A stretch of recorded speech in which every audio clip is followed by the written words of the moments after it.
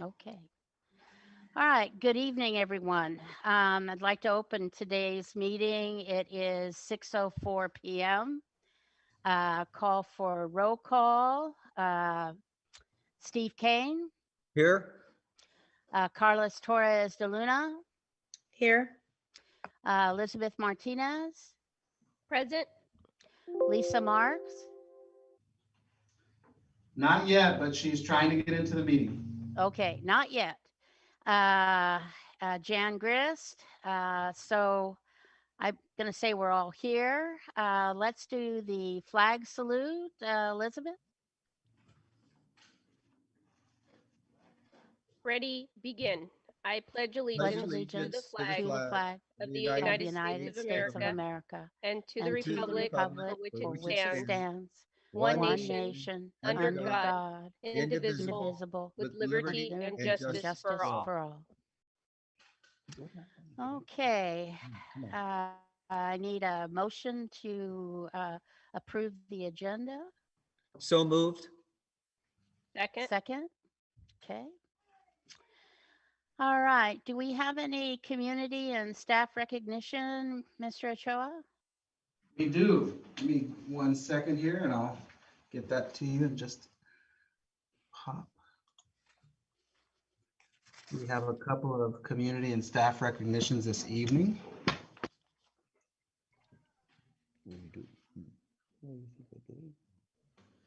Here we go. And Lisa Marks is, by the way, is now on. Hi, Lisa. Oh, I Nice to see you. Crystal Lamonto. Yeah.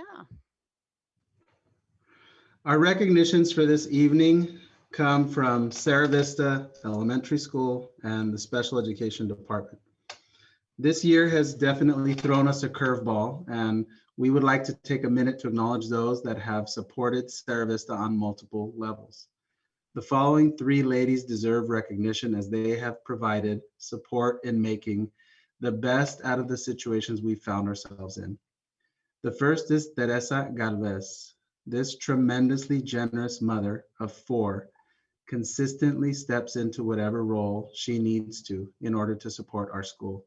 She has served as PTO president, room mom, fundraiser extraordinaire, but above all, she's provided selfless support for the progress of the school. The second individual is Claudia Hernandez. This service to mom offers no hesitation when it comes to serving in roles that require after-hours meetings and activities. Claudia serves on the school site council, the English Language Advisory Committee, the Parent Club, and recently agreed to support the development of the Hollister School District LCAP. Finally, she also provides translation to Sarah Vista's Spanish-speaking families to help us achieve our goal of effective communication. And last but not least for Sarah Vista is Melissa Park. Melissa is not only an ultra supportive parent serving on school site council and parent club, but also steps in as a substitute teacher when needed. Each of these women contributes to Sarah Vista's success more than they could ever know. They are role models, friends, mentors, mothers, and providers for not only their children, but to all of us. For this, we thank these three ladies. Yay! Congratulations. Congratulations to them. And from our special education department,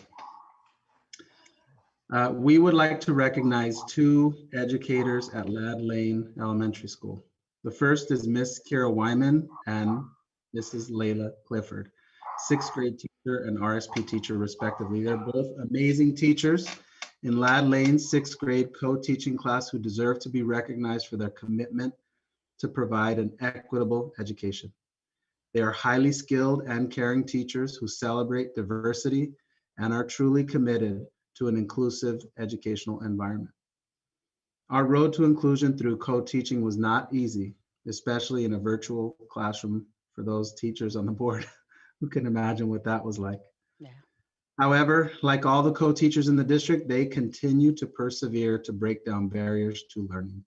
Both teachers share how co-teaching has helped them as educators and how it increases the students with disabilities access to to the Gen Ed curriculum, while providing additional support to Gen Ed students who need extra help. Layla Clifford continues to provide guidance through accommodations and modifications as she walks through what is going best as a scaffold for these students. These teachers continue to strengthen their partnership by closely working together as a team to provide what is best for students. And those are our two recipients from Lad Lane Elementary School, Kara Wyman and Layla Clifford. All right.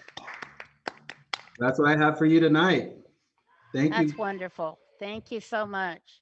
Uh, uh, Mrs. Torres de Luna, do we have any public comments? Do. Let me go ahead and we'll start with this one. Dear President Grist, can you hear me okay? Yes. Yeah. Okay. President Grist, Board of Trustees, and Superintendent Ochoa. It has been a few months since you've heard from our Teachers Association. I thought it would be a good time to check in and thank you for your concern and caring for our health and well-being. Knowing that we can count on our employers to have our backs and protect us during this pandemic allows us to focus on what's important, our students. It's hard seeing them struggle to be without their friends, to be without us. Knowing that if we were in person, we could identify and make the instructional correction so much more quickly. It's hard seeing the struggles in some of the households as stress levels ramp up due to worries about finances and their children's progress. There are times when many of us say, I'm done with this. And then we remember that COVID is not always a death sentence, that it can create lifelong disabilities in those of us who get it, and that we can't guarantee that we ourselves won't be a statistic.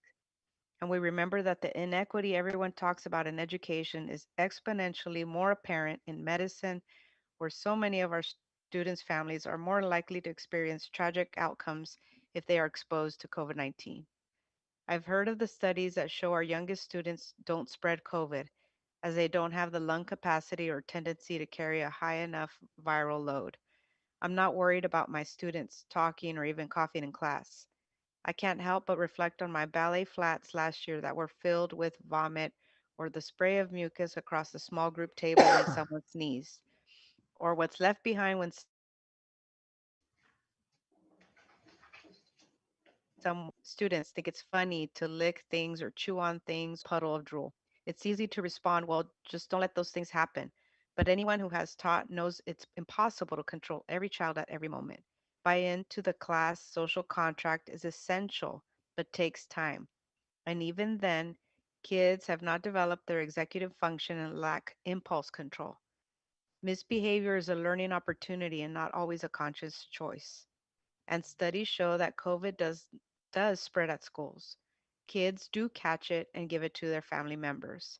Let us reiterate how essential it is that we do not return before teachers are able to be vaccinated to be sure that our students, teachers stay healthy and able to continue to teach as well as to help protect our families that experience inequity in healthcare.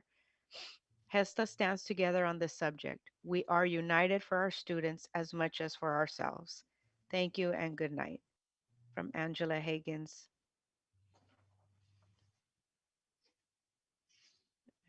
Okay, and the next one.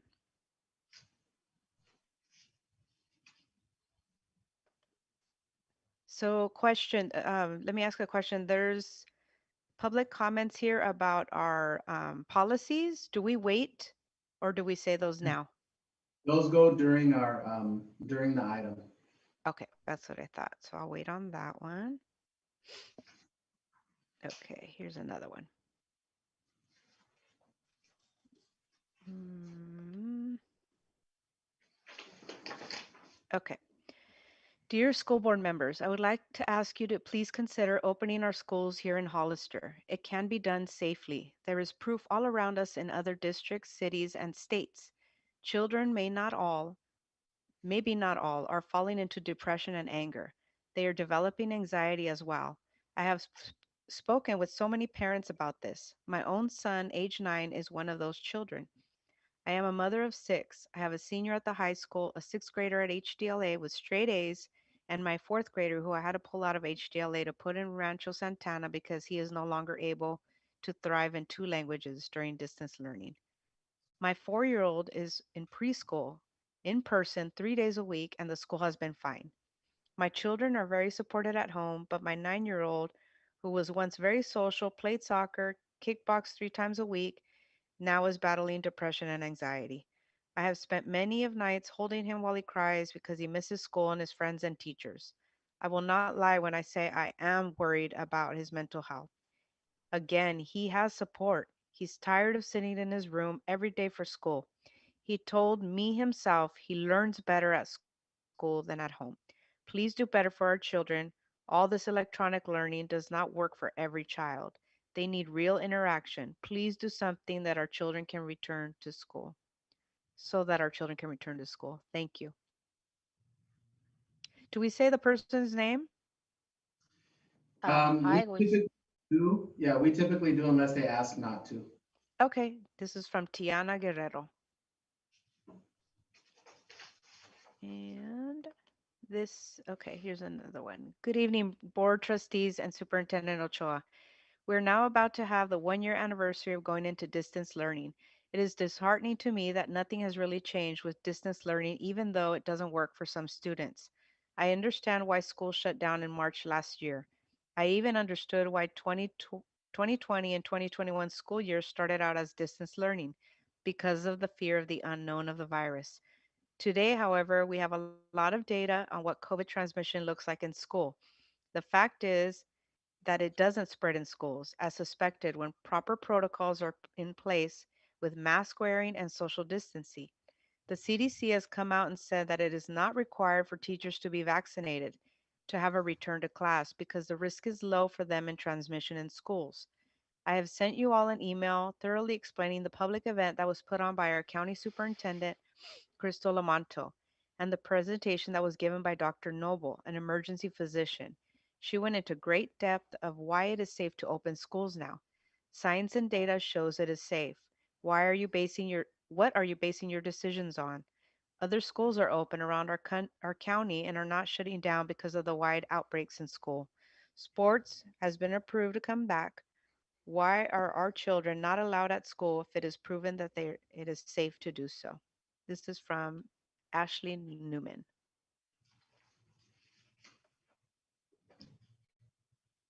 And I think that was it for the other ones are about the school discipline task force. Sounds good. Okay. all right. Oh, wait, I have the one from the nurse. Is that right now?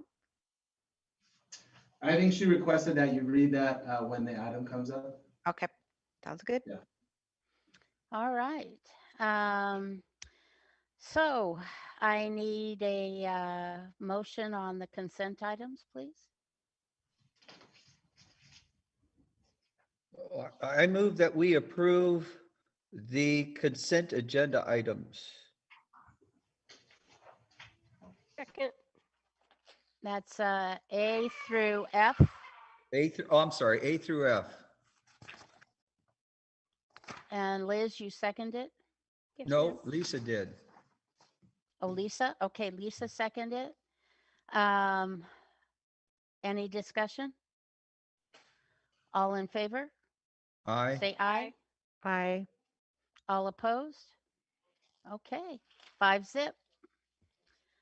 Let's go to information item 8A, report on district website. Hooray, I'm pretty excited about this, folks. We are a week away from debuting our school district www.hesd.org website. I want to take you through the presentation this evening. When you open up your presentation and you take a look at page 50 in your board packets, if those of you have it, you can also open it on your computer screen there if you open the board packet online. Are you You going to get show it so that our audience that's online can see it? Yeah, I that saw it more. the other day. Yeah, I can do that. I just sometimes when that happens, Jan, just makes it harder for the board to be visible when we ask questions or give comments. So let me do a quick presentation of it. Let me open it up here. Just take me a second. Mhm. Well, I'd like the public to see it because it's wonderful. It is in our board packet, so anybody that's watching online live can go on our district webpage and open up tonight's packet, and it's there. Uh-huh. It's Big- page 50 in the packet for tonight. So Right. here we I Let me like get- Jan's idea though. If we do presentations, at least if we can show it as we're going, and then we can do the stop share once we've gone through the presentation to do any Q&A after. Yeah, let me get there here. You're gonna test my tech skills here. There you go. Here. Share screen. All right, there we go. How we looking? Good? Perfect. You're looking good. All right, so the first thing you're gonna notice with our district webpage is there is an extremely high resolution, beautiful photograph showing our newest school, Rancho Santana School, and in the background showing the beauty of San Benito County. This is just a gorgeous place to live. We are all blessed and really lucky to live here. And our schools are located in places where there are just beautiful backdrops. So you'll see that a lot on our new district webpage. And we're going to get to those details, but I want to take you all through what our current webpage looks like. That's page 51. So our current webpage looks like this. You'll notice there is a lot of white space and a lot of gray space. Our current web page is hosted on the Squarespace format. It is a free Google site, and it's very difficult to read. So a lot of the text is really small and it's in light gray text. So it's difficult. Things don't pop out at you. You'll also notice that here in the center of the screen where I'm scrolling over, there is a district graphic that we create. So we go in and we say, all right, we want to tell the public about our meal day program. So we create a graphic using a digital arts program. But it's not very compelling because it's not a photograph, and a photograph will tell you 1,000 words. A picture will tell you 1,000 words. So what you see down below that is a scrolling list of the different banners, and they're all graphics that we created. So they're just not compelling. None of them is drawing your eye to it. There's very, very few pictures on our current website, just almost no pictures. And then there is a search feature for Google, but it's somewhat hit and miss. So if you try to find something using that search feature, it just doesn't always pull up what you want it to pull up.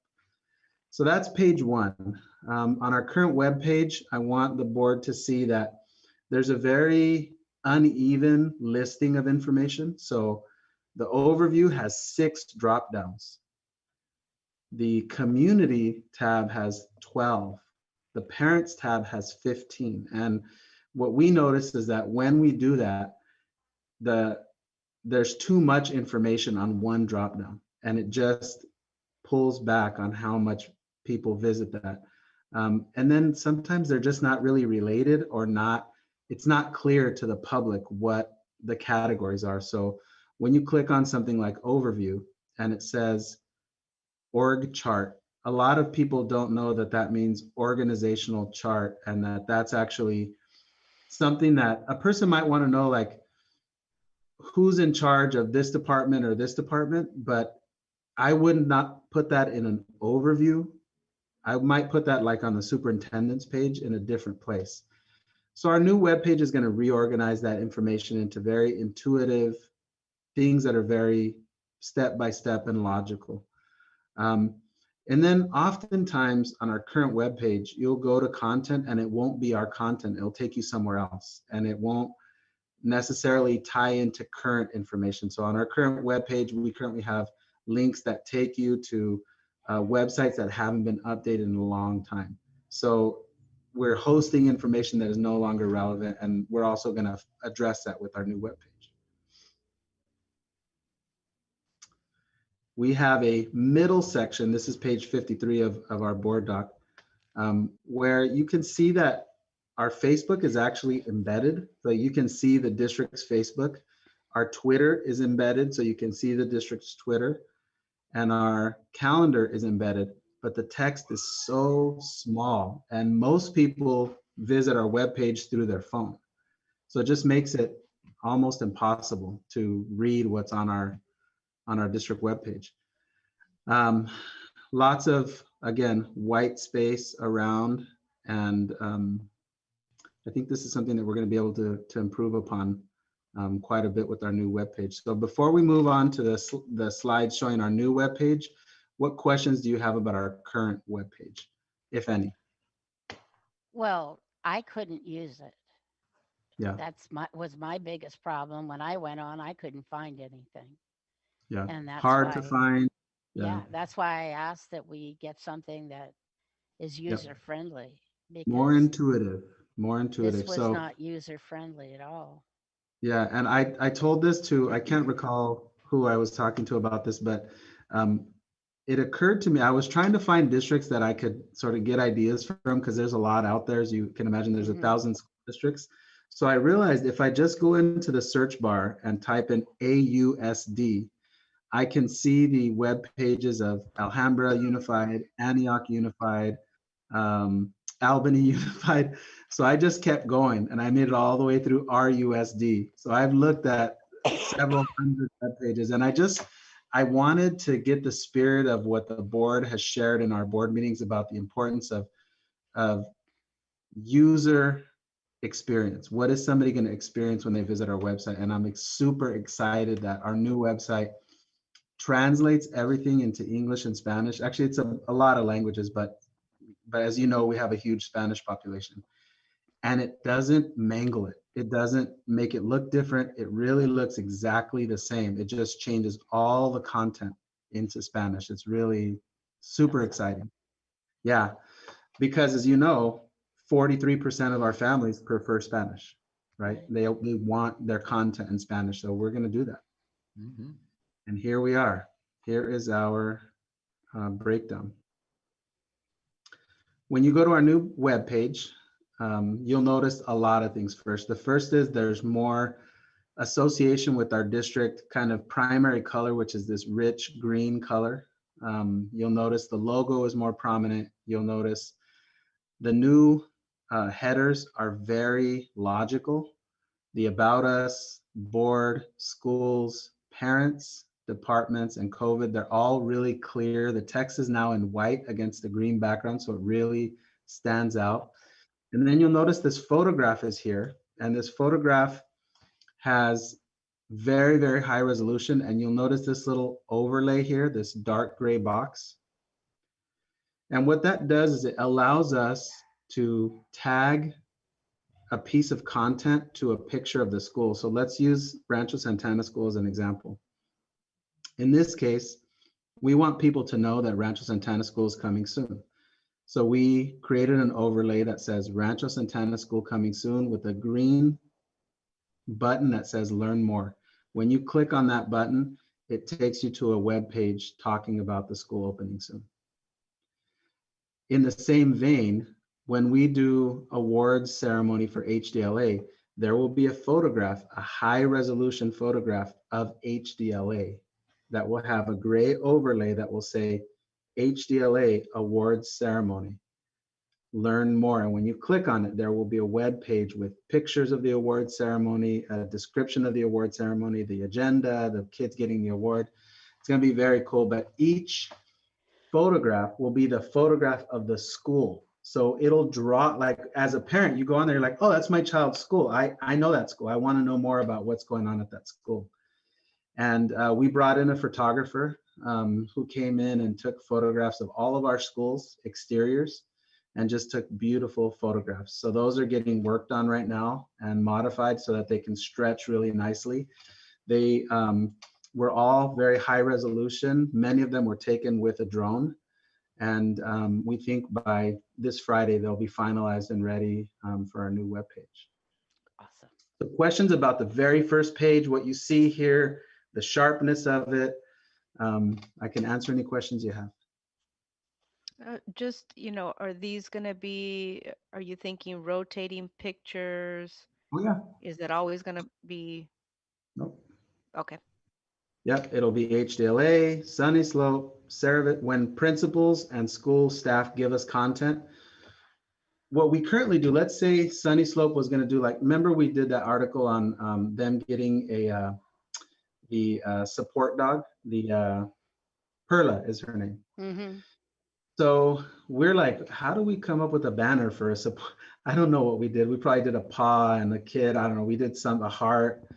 We tried to create some banner and it just doesn't fit. It doesn't make sense. So in that case, we'll have a banner of Sunny Slope Elementary School with an overlay that says Sunny Slope Elementary School to receive emotional support dog. Learn more. And when you click on it, it takes you to a web page that tells you all about it. Does that make sense? Mm-hmm. Yep. So it's just going to constantly be updating. As the news comes in, it goes to our website. Yeah. All right. Let's take a look at page 55. Our new categories are organized intuitively. None of them has more than 10 links. There is, in fact, a new COVID category, and the categories are, as you saw, set with a green background and white text. In terms of our photo banners, they're going to highlight the beauty of each school and have a consistent dark gray overlay with links created to PDF and web page content that tell you about the school in particular. And then this is a very important addition to the district's webpage. We developed a section that does a couple of things. On the left-hand side, you'll see that there is a one button icon navigation. So when I visit this page, and let's say I skip over the category that says department or that says parent, but I know I want to enroll my child, there's now an icon that shows a pen writing on paper with enrollment right underneath it. When I scroll on that and click on it, it takes me to the district's enrollment page. It has the forms there, it has the explanations there. If I'm a teacher or a student or a parent and my child needs help with their computer, there's an icon of a computer with the words tech support. I click on it. It takes me to the website where I request support from one of our IT staff. So there's no click here, go there, click here, go there. It's just one button. You scroll down there. If I want to see the district's Facebook page, I click there. It takes me to the district's Facebook page. So these are the 8 that we felt were universally important to our families and to our users. We want, as you know, in the months ahead, we want to improve our YouTube, Twitter, and Facebook presence because a lot of people get their information that way. So we really wanted those there. And then, as you know, we're also switching over to Aries, our new student information system. Oh, it's going to be so great. And so when a parent goes there, they click on that, it takes them to their child's Aries page to check like their attendance and, update their information. That's exactly what you need. Yeah, questions on these icons. Where, if you're a parent and your child is ill, where can they get the homework? It depends on the school, Jan. If it's an Okay. elementary student, you're really gonna email your teacher. You're gonna Okay. need to tell them, yeah, you'll need to go through. And I think that's probably the best way to do it because you want the teacher to know that your child is out and it's the best communication to know. So that through Aries, there'll be a way that or is there Oh going to yeah, be, they'll email their teachers through Aries, absolutely. okay, okay, good. Yeah, yeah. Let's talk a little bit about this calendar. So this calendar is set so that there are up to 8 events and they're all linked to our Google Calendar. So if you remember in our current district webpage, the content was really small. It Right. was like very, very tiny content. This, we've designed it so that it looks like a calendar. It's telling you in really large letters, February 23rd is tonight, regular board meeting, 6 to 9 p.m. Clear, straightforward. When we pass tonight, the new district webpage is not going to have that there anymore. It'll just pop off. The next events will populate. always keeping up to 8 events. So we really feel that's a good feature for users to come onto our website and know what's coming up in the district. Yeah.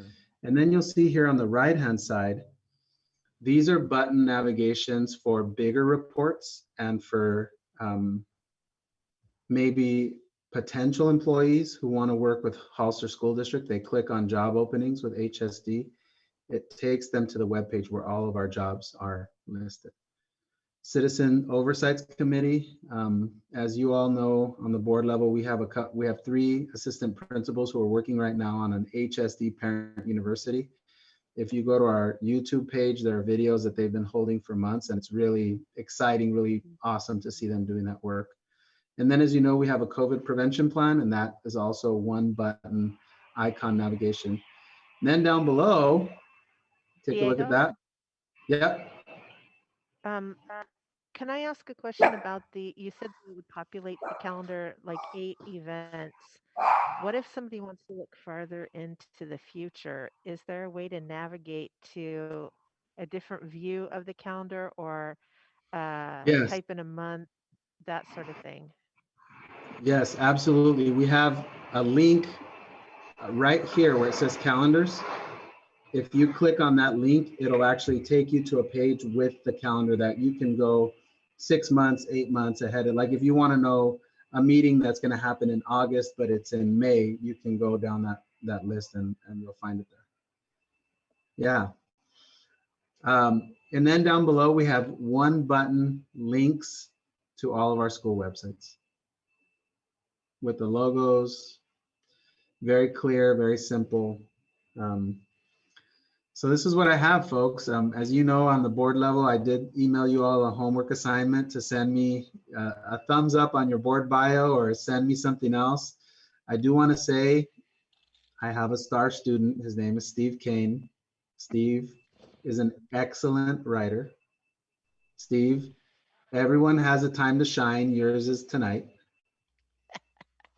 Steve put it together. I'm putting it into a format, Steve, so it'll look a little bit different than what you sent me, but it's really good. And then I've gotten back from a couple of other board members. So basically what that page will do is it'll give somebody who wants to know a little bit more about the board the opportunity to click and say, who are you? You know, what you're on the board and what's your background and, you know, what do you bring to the table as a school board member? And that will be one of the drop downs for board. It'll be board member bios. So. All right. It's exciting. This is just one step of many, many steps, but it's exciting. And I do want to call out 2 people who have been instrumental in getting all this going. One is our lead tech specialist, and that's Brandon Johnson. He has been amazing in working with me on this and everything else he works on. And then the other is Manny Guzman. Manny has been awesome over the last month. He, moving forward, will be our key point person. He will manage our district's webpage. He will manage our Facebook page, our YouTube channel, our Twitter channel. And he'll work with me in the months ahead on developing the district's communication plan, along with the committee that we select and implement. But he's going to play a big role in this whole process. So I want to publicly thank both Brandon and Manny for Very that. good job, guys. Awesome. Yeah. You guys did a good job. Okay. It's about time. That's what I have for you folks. That's awesome. Does anybody have any more to add to this? Yes, Lisa. Just one more question. Do we have a date for going live? March 1st. Oh, okay, great. Right around the corner. Right around the corner. I'm Oh, excited. great. Yeah. Yay. Yeah. Are we going to put that on Facebook and Twitter and all those things? Oh yeah. Well, that's awesome. Anybody else have anything to say? I just think this is, it's about time. Yeah, I could see that it'd be a lot easier for not so technical savvy people like myself to be able to use. A lot better than the other one. I would just get lost on the other one. Well, I couldn't find anything. No. So I just think Looks wonderful. like a much more user friendly. I Okay, do want now- to say you all took I think 4 of the 5 of you took photographs, and I did unfortunately put on my COVID-19, so I'm going to wait a couple of months because I have a really good plan on how I'm going to drink more water, exercise more. It's starting to warm up, so I'm going to work off some of that Christmas. Oh, wait January, a there was a minute. Super Bowl, Then so we I get have a that. redo too.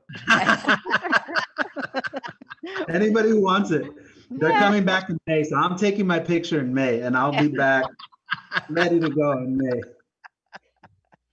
The only question I had is our board policies, along with our in our where the board piece is, our board members, you kind of also attach board policies so that I don't know if we're still Oh, obligated to yeah. have those updated online available for our community members. Yep, and that's all built in, and it's super nice on the current webpage.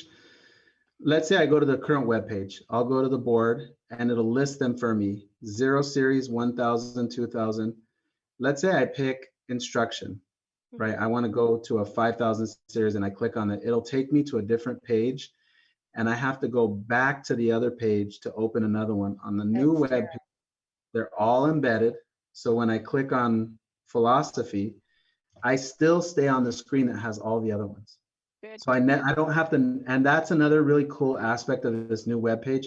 There's more of those embedded links that we now don't have to pop around so much and get lost and try to find ourselves. Yeah. Yeah. Because I know even people Great. with trying to look for, just past board meetings as well, and past agendas. Just you looking at our minutes and conversations we've had. Just there's people that dig for that sort of stuff as well, just to Oh yeah. stay on current. If they weren't able to attend the meeting or watch it, some people just like to have that documentation available as well. Yep. Totally agree. Okay. Any more discussion? Well, this is just a wonderful thing here, and I very, very happy. Now, we're going to start with 8B, and this is our big push to change the culture and the dynamic of our school district. And Diego, do we want to do the comments first? Do we want to have the presentation first? I don't know how you want us to handle this. I'd like to say something before we get started. Yeah. Um, so, how do you want to do this? Well, first of all, it's your meeting, Jan. You're the president. Okay. If you All want to right. say, Well, I'd like to say first and foremost that this is a goal that we as a board put together. We felt that we desperately needed um, to to to make sure that every child was being treated equally and with equity. And we felt that that was not happening in our school district. And when we ran as a slate, Carla and Steve and I, that was one of the first main things that we Number just, one. yeah, it was like a glue. And then when we were elected and we started to work with Elizabeth, that glue just got stronger. And then Lisa coming on, and we were a bond. And so when we sat down our goals, we said to Diego, this is it. We got to make this work. This has to happen. And of course, knowing Diego, you give him an idea and watch out. Here we go. And and then he's off running. And I'm yeah. going to leave it there because Diego is the one who has just done an incredible job with Kip of pulling this whole thing together. So now it's you, Diego. Hey, I always ask, are you sure? Because if we're going to do something, let's do it. I mean, I think that's what's really great about the culture we're creating as a team, because I really view the governance, the group of 5 elected board members, and then my role as the district's superintendent, as if we're working together, we can do a whole lot. And then I want to call out one other thing that our board has been good about doing that I think is really crucial to this process. We have been good as a district about inviting partners, and you can see we have our county superintendent, Crystal Lamonto, and we have our Youth Alliance Executive Director, Diane Ortiz, with us tonight. And the three of us and a couple of others, Jeanette, I see you there now. I think you joined just a minute ago, also from Youth Alliance. We've been working very hard over the last 3 months, along with the other 20, I want to say about 20 committee members on our task force. And what tonight is about is tonight is the first time we publicly show these draft policies and administrative regulations. As you know, as a board, you all take a minimum of 2 meetings to change board policies. I think that's a very conservative and smart way to go about it. But I think it also opens up a community conversation for the next 30 days about why we are doing this. We are doing this because we have a terrible problem of over suspending children from school. Those children often fall into a category of being male, Latino, or special education, or African American. So we know that we have this inequity existing, and we want to fix it. We want to take care of our children with disabilities and our young Latino males. And that's part of the reason that this is happening. The second part is we're trying to create a culture where families are deeply respected and welcomed on our campus. In my conversations with Elizabeth, as I think it wasn't for a very long time, but she was school board president when I was hired, and with Steve in his time as school board president, and now Jan and the rest of the board, parents are at the heart of what we're trying to do, and making them feel that they are not only like, oh, come and see us, but no, we want you here. We expect you on our campuses, and these policies reflect that, and this work reflects that. And then the last thing about it is, what are we trying to do as an institution? We are trying to educate children, not discipline kids. We want to teach instead of punish, because when a behavior takes place and I punish you, there is a very small window for learning to take place. But when a behavior takes place and I teach you, you come back the next day and you're different. You've grown. You've gotten better. So that's at the heart of what this is about. I'm not going to do what I did for the website presentation because it's too many pages. It's 30 pages of board policy. But what I want to do is I want to give our 3 guests, Crystal and Diane and Jeanette, an opportunity just to talk from their perspective about our work.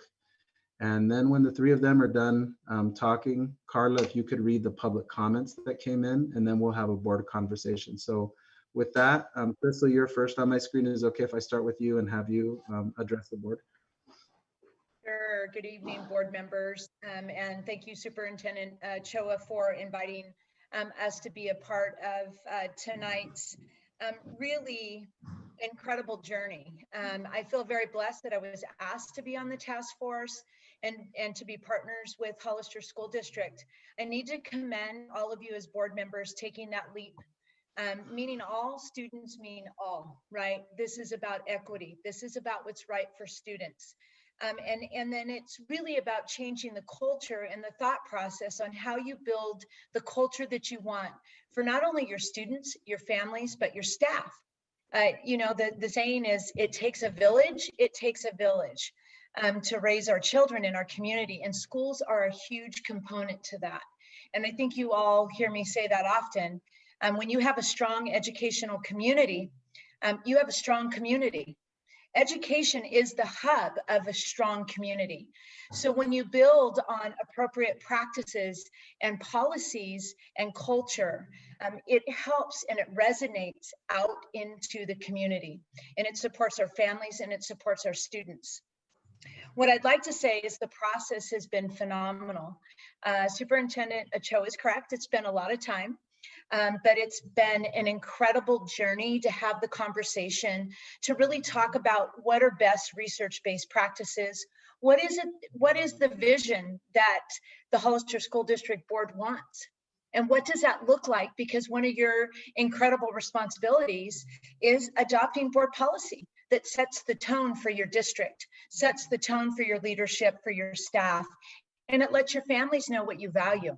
And so throughout those conversations, that has been our focal point. What is it that would really benefit our students, our families, our students, and our staff as we were looking at these policies? And so I won't go into any more detail than that, but I want to thank the district for allowing me to be a part of this pretty incredible conversations and collaborations and process. And Superintendent Ochoa has done a phenomenal job leading the conversations. It's not easy work, we know that. But what I'm excited about is that this will be a model for San Benito County. Mhm, mhm. Yeah. I'll say that one more time. This will be a model for San Benito County, because you are taking that leap as a board to move forward. So thank you.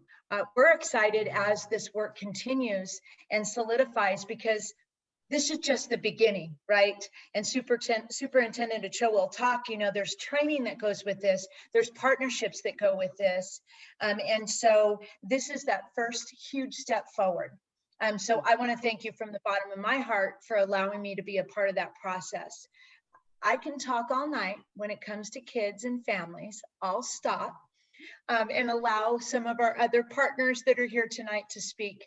But congratulations to the Hollister School District Board and Superintendent Ochoa to take that first step tonight. Thank you. Thank you, Thank Crystal. you, and Thank thank you. you for your support, Support. Thank Crystal. you. It means a lot. Yes, I- yes. I think the board knows. I think the world of Crystal. She's there when we need her. She and I have worked on a subcommittee with Diane and with Moira Denike and with Oscar Lopez, our two consultants, and they've just been a team that's just pushing every day. Her role as county superintendent and her background in understanding board policy has been influential. So I just want to thank her for that. Thank you, Crystal. Thank you. Yeah. With that, I want to hand the mic over to Diane Ortiz. Hi, Diane. How are you? Hey, I'm great. Thank you for giving me the opportunity to say a few words about the process. One, I have to say that it has been one of the it's been a busy time, one of the most challenging transformative processes that we've experienced and undergone as a partner and a collaborator with the school district and with the community. But it has been so fulfilling and rewarding so far to work with the leadership of Superintendent Ochoa and with Superintendent Lamonto, given the opportunity to move beyond just rhetoric and a resolution to actual systemic change from top to bottom and bottom to top is just historic for me. It feels really great to be part of this process and really being very intentional about including the community and our educators and all folks that we want to be at the table to create a systemic change in our education system.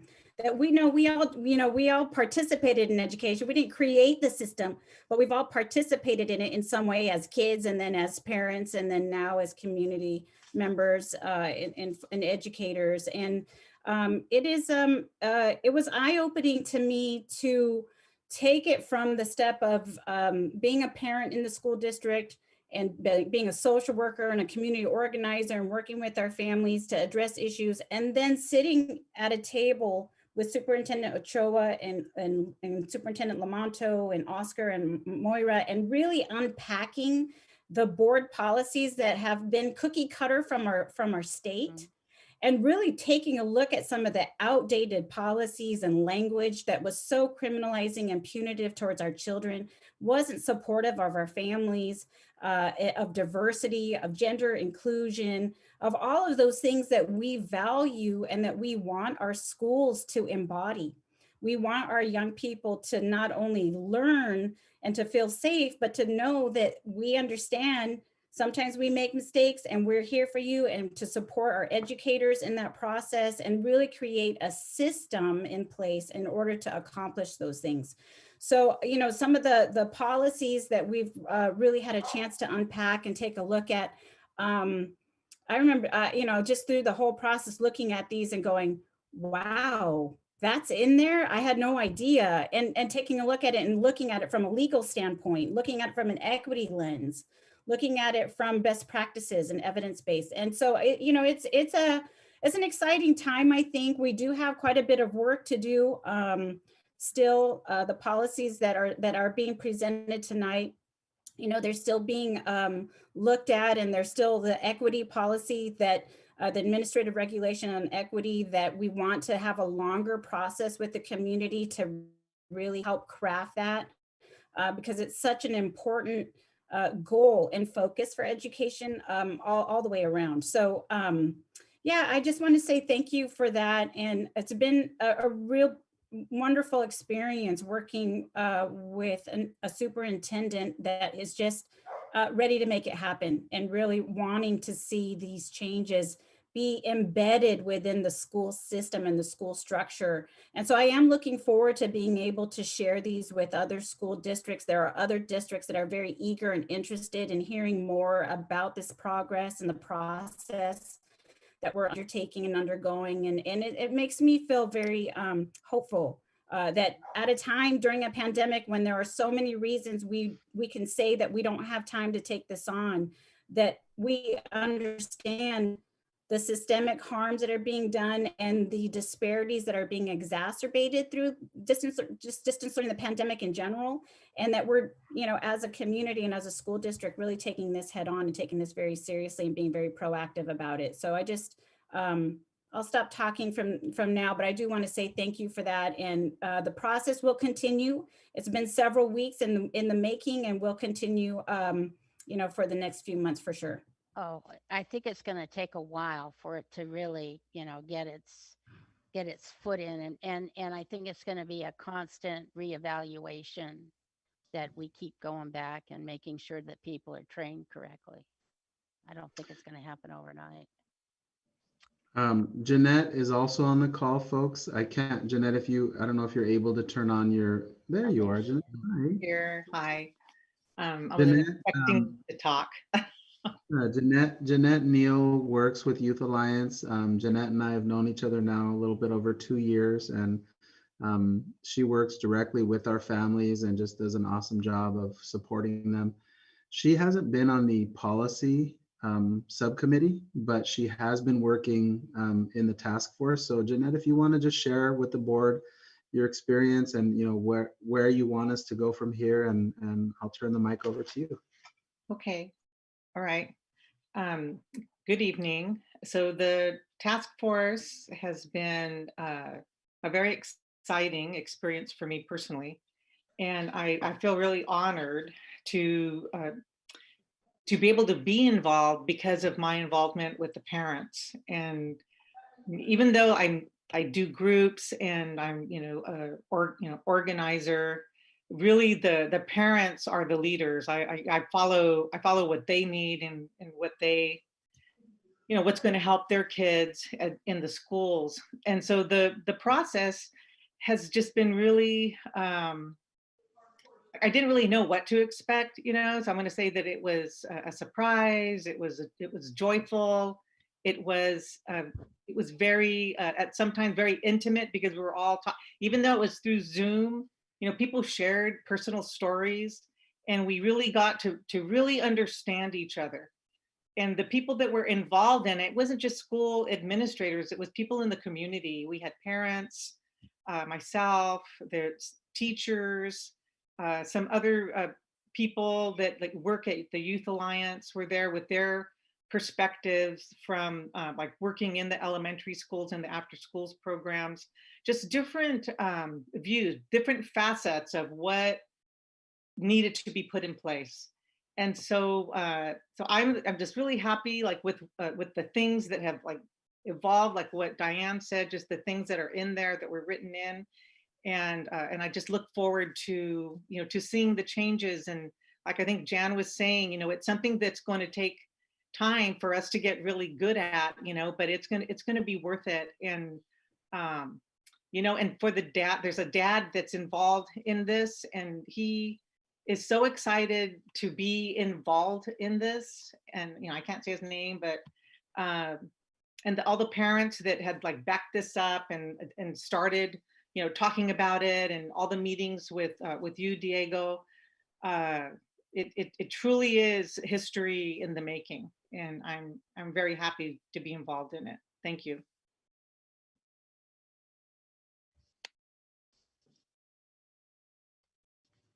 Mute, mute. Um, I don't have the Now, cup. twice the meeting I'm in, Steve. Before I hand it back over to the board, I would like to give Carla Torres de Luna an opportunity to read the public comments that came to you on this specific item. Carla, if you want to queue those up. And then Carla, once you're done, if you want to pass it over to Jan, and she'll have the board talk a little bit about these policies and ask any questions you have. Okay. Well, I actually have one from Jeanette here. Hmm? Or was that just the exhibit? Oh, okay, that's just a picture. Here's one from Richard. Good evening, HESD board members. Let it be known, San Benito County LULAC Council number 2890 offers its support for the proposed board policies and administrative regulations for dismantling the school to prison pipeline. Our council was honored to participate in the task force and looks forward to the equity-driven plan for student success.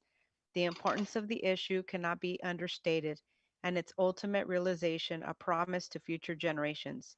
Thank you again for your leadership and the foresight to recognize the potential in all students to be good people with positive disciplinary methods. And then it says, this is from Diane. Good evening. My name is Diana Ortiz, Executive Director of the Youth Alliance. I would like to express my strong support for the updated district policies. Over the last several weeks, the task force has been working with the community to comprehensively detour and address systemic and structural racism in our education system. Specifically, the policies work group has worked to add language that will not only address diverse needs, but celebrate difference, include students with disabilities and gender identity, and more boldly assert a vision for positive school climate grounded in relationship, restorative justice, MTSS, trauma-informed practices, and culturally responsive approaches. Importantly as well, the policies name family engagement as essential to positive school climate, use of data, and specify the need for professional development and restorative and MTSS approaches.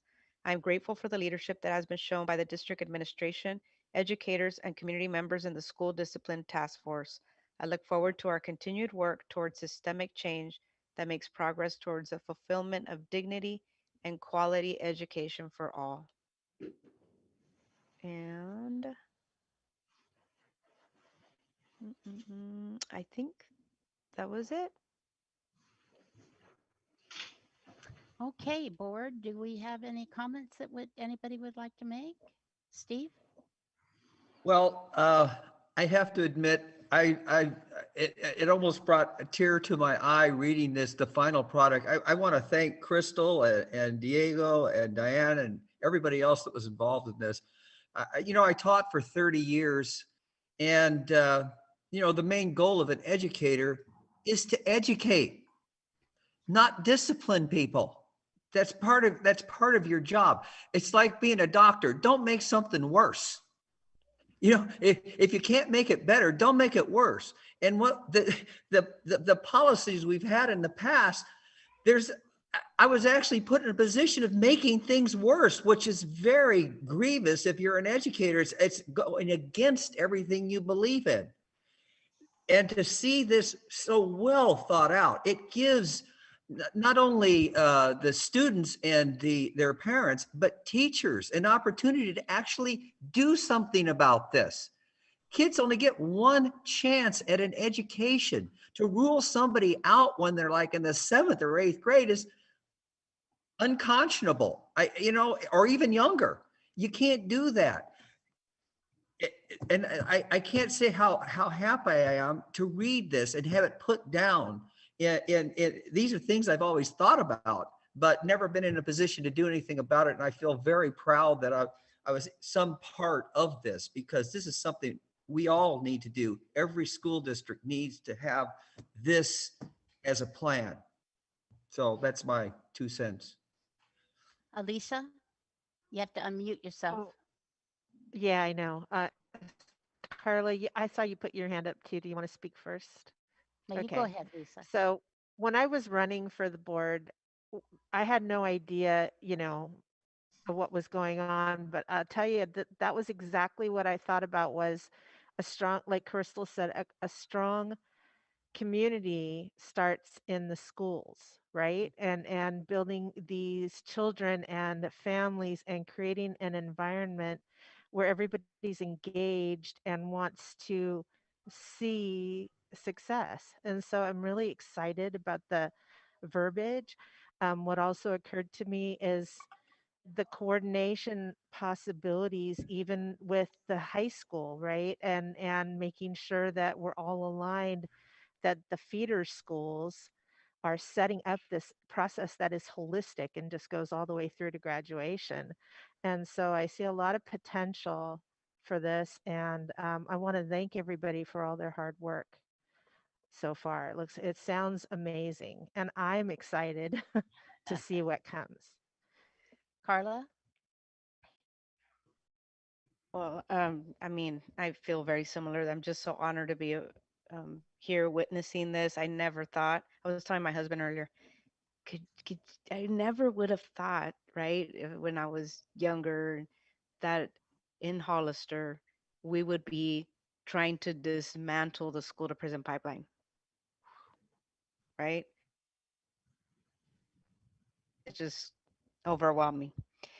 So thank you to the community people, the parents involved, everybody that's been doing this, Superintendent Ochoa, all of you. I mean, it's a lot of work, but and it is a start, and there's so much more to do. Um, but I also want to ask, can I ask questions during this time about specific things in the board policy? Yes? Okay. So I did notice on the first What page? page 59, philosophy, goals, objectives, and comprehensive plans. On the paragraph where it says, in order to eradicate institutional bias of any kind, that paragraph, I'm Mhm. just wondering, and maybe it's just, semantics, but I think it's important because I think in Diane's comment, she named it too, is I didn't see systemic racism in there. Because when we talk about racial equity, that it goes hand in hand. It's because of systemic racism. So I don't know if that's a consideration that the group can think about, just throwing it out there.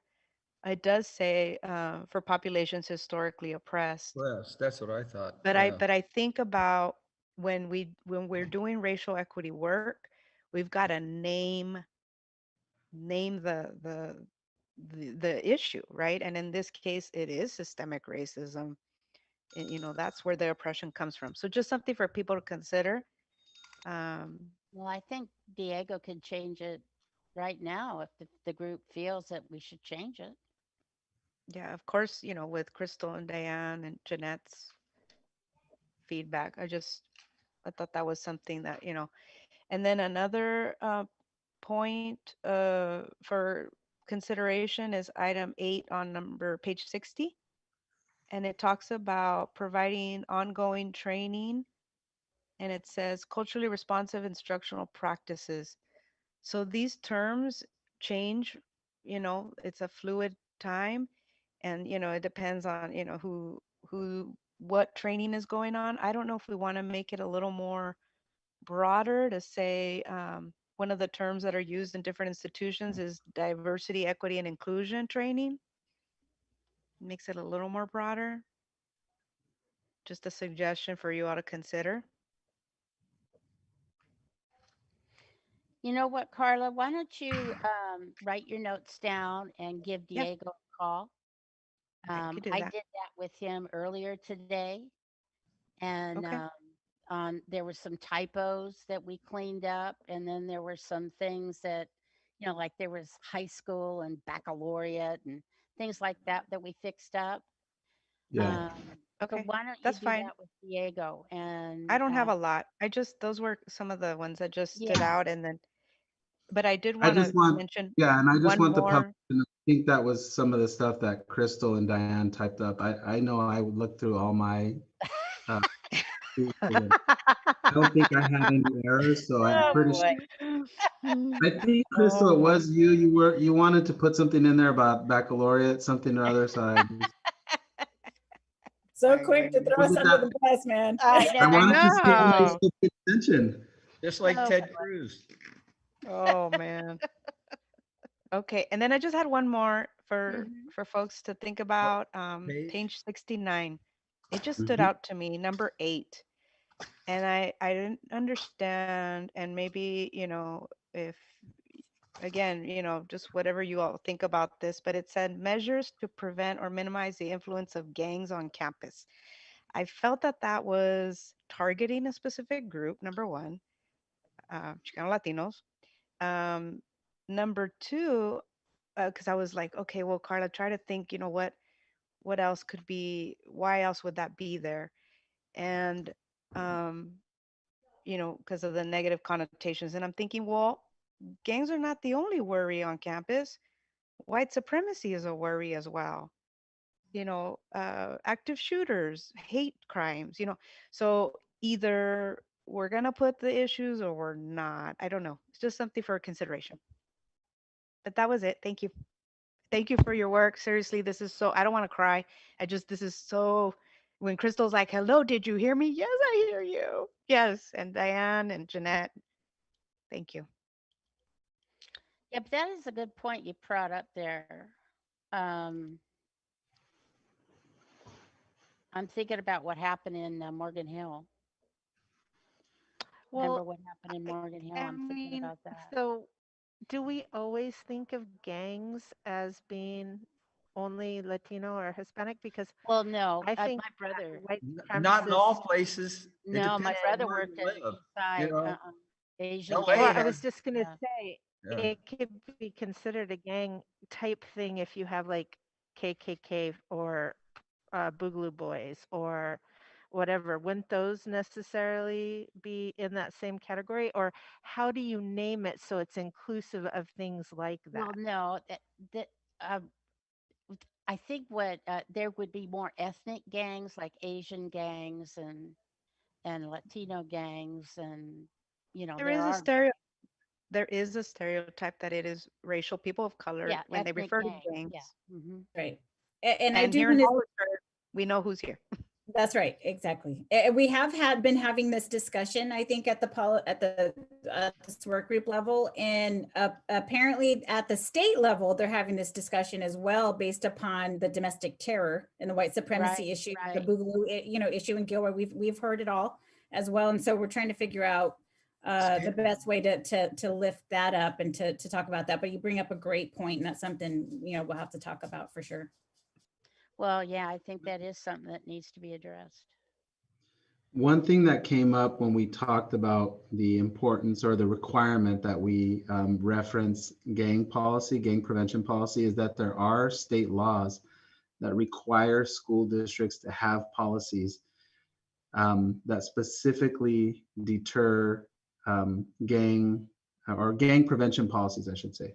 Hmm. So what came up in our conversation is we're working with the gentleman named Oscar Lopez, who's extremely, extremely competent, and just, he's amazing at knowing and being able to cite the law that was passed um, and where it came from. And what it stops us from doing is it stops us from removing language, but it doesn't prevent us from adding language. So we could think about a way to give a better explanation, Carla, that might make it clear that it isn't targeting one group. Like we could add language to sort of explain, regardless of, we just I'd have to think about it a little bit, but I think we can take number 8 on page 69 and just stretch it out a little bit more and make it a little bit more You, comprehensive. To include I white had a thought on nationalists. that. instead of saying measures to prevent or minimize the influence of gangs, I would separate that into an all-inclusive, not gangs, anybody that, uh, what's the best way? Just anybody that, like, Has let's say you're a white affiliations to supremacist. anything. Yeah. Yeah, anything that's Any going to be affiliation. a detriment to the philosophy or the tenor of the school. I don't know exactly the right word to put in there. Well, Liz Gangs, is right. gangs Using the is a word horrible affiliate. word to use, Yeah. Yeah. I think. I mean, Or I can see minimizing the influence, but of any group, not necessarily gangs, any group that would uh, uh, have issues at the school or cause issues at the school because of their beliefs. well, I like affiliation. What Liz said. I just think we need to lose Yeah. gangs. Yeah. And the law, I mean, I get what you're saying, Diego, as far as the law, but as we are kind of seeing where we are in our country right now, I see a lot of these things probably changing within the law structure of, just because of where we are. And I think the fact that this district is taking the initiative to make these changes, ourselves, to take the initiative with all the collaboration of all these wonderful people who live this every single day, and working with our community, our parents, working through those, the lives of our kids all throughout, different generations, and seeing what that means at that level.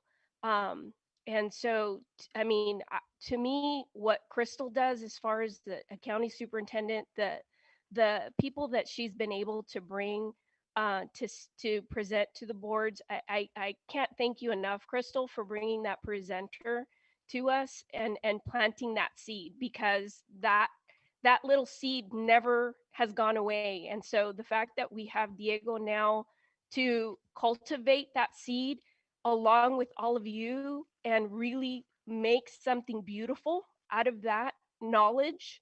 um and I mean, we have the power to now create something better, and be innovators in doing something.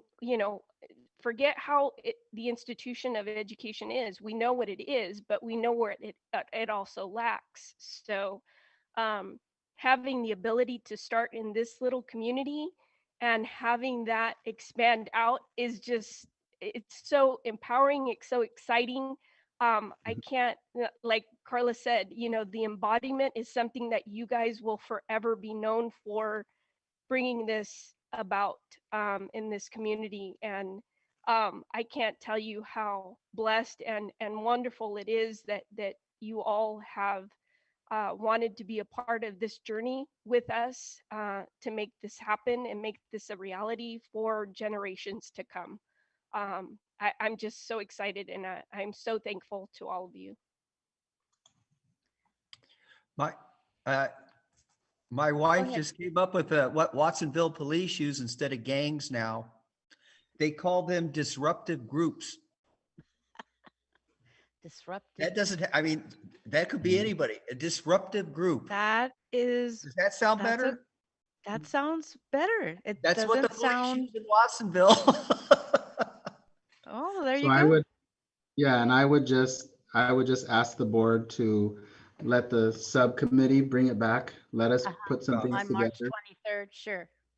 for your March 23rd meeting. The rest of these policies will remain pretty close to what they are. I have the notes from Jan. I have the notes from Carla.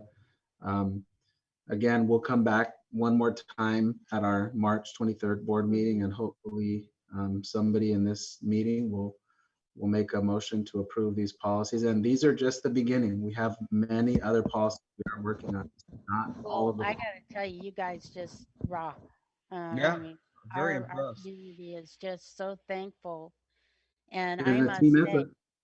it has been a team effort, but um, I'm just so excited. I talked to an administrator today who was very excited to see and felt very um, uh, happy the way this was put together. Um, and I just think we just need to make sure everybody's well trained and we get the proper training for our people and all staff, because this is an all school thing. We can't have, somebody over here yard duty and they don't know the score. That's not going to work. We have to have everybody trained. Yes, Diego. The biggest message I want the board to get from the holistic view of this process is you all set policy for the district. You all decide the rules we follow. You decide, you're literally drawing up the rules for the district. This is how we operate. That is an incredible, incredible authority and responsibility that you have. I happen to think the work we're doing is what Crystal described. It's trend setting. It is a model. It's going to be wonderful once it gets in place. Then you hand it over to me. And in April and in May and in June and July, I come back with Kip and with our committee, and we present to the board on how we're going to do this, because it is going to be a long process and it will take more than a year for the full process to get implemented. Um, so just continue to sit tight and work with us, because we're going to bring you updates at every single board meeting on the work that's happening. Because what we showed you is we showed you a little window, a very small window into the much bigger work that's been taking place. Yeah. Well, you've done So a with lot. that, I will hand it back to Jan. Okay. Well, thanks Thank you, everybody. President Diane. Chris, Thank you, Crystal. Really, Thank you, really Jeanette. thank appreciate. you. Thank Thank I you do you. have a very much. question for Yes. clarification though. Just process, Jan, because you had said that. So normally would we then, if we had questions, do we email Diego and before the board meeting? That's what Mhm. I always do. Yeah. Okay, just so I I could do that next always time. Okay. I have a long string of I had him at his computer with typos. I wonder like a balance, right? Because then otherwise we wouldn't share some of this dialogue in public. So I just wonder Well, about that. no, But the stuff I had was uh there was some let's see. Remember the one that was listed, Diego, where the page mine's here just it is, page procedural question. I just want to 101. make sure. Yeah, We put it like I said, Jan, I think these were the errors that Crystal and Diane put out there. So I don't think we should go through the whole thing. if we go to page 101, there's 1 through 10 on Yeah. strategies that a teacher will use with a student, Mhm, and they were numbered 1 through 10. mhm. Now, being a classroom teacher for a bazillion years, and I'm looking at this, and I looked at it as a numerical order of like, okay, this is what you're going to do first, second, third. And I'm like, the second thing is first is you're to be explicit reteaching of behavioral expectations. And then it says separating students. And I'm like, I call the parents, because if you call a parent too late, they're always saying, well, why didn't you call me? Because they want to know. So, then we talked, Diego and I talked and said, well, this can't be looked at as a in order, so somehow or Right. another this has to be done so that the teacher doesn't think that this is the order in which you do things. Because as a classroom teacher, I looked at this and I'm going, you want me to call the parents in number 8? I don't think so. I'm going to call the parents right away. So sometimes it's things like that. I don't know if you would have seen it that way, Carla, but see, as a teacher, that's the first thing I saw. Number 8. And then Diego saying, well, it wasn't meant to be that way. So those are the things that when I talk to him about like that. So It would be good too, Diego, if you're able, if there's still going to be some modifications to the policies, to just give us a chance. I know you give it to us when the board packet comes out, but if they are done, sooner than that, just to give us an opportunity to kind of dig through it a little bit more and then give you those before our board meeting so that we're not kind of scrambling. You have an opportunity to come back to your team and then go over some of those ideas that or questions that we may have to then be able to kind of come back to your team and discuss those before we finalize anything for that final draft.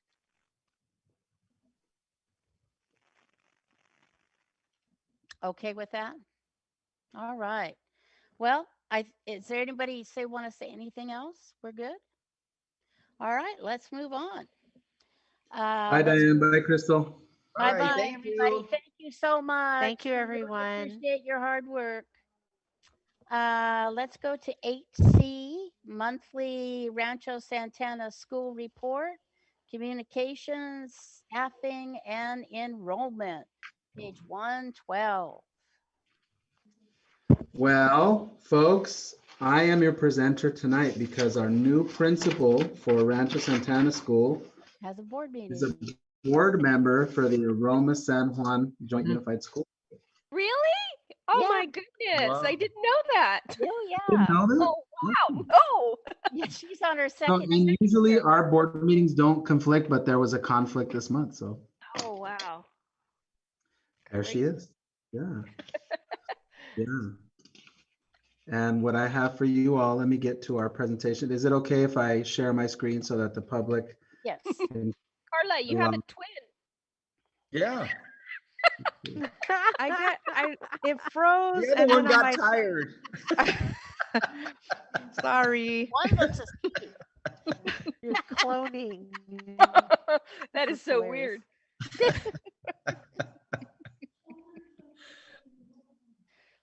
All right. Let's see here. Come on, computer, Looking you at can do yourself it. all night. Get your It's such a daughter. flattering photo too. Try to figure this out. Woohoo! Love that picture. That is Yay. beautiful. Yay. All right, we have some big news, folks. We have school colors. We Oh do? boy. What are We they? have school colors because we have, as you know, the board asked for the process to select colors and mascot to be really community driven and staff driven. So our principal surveyed all of our new staff at Rancho Santana School and then went out and surveyed all of our parents. And the reason we did this part so early is so that we could start to order signage and clothing and classroom furniture so that it matched our school. It's important to get that done right now.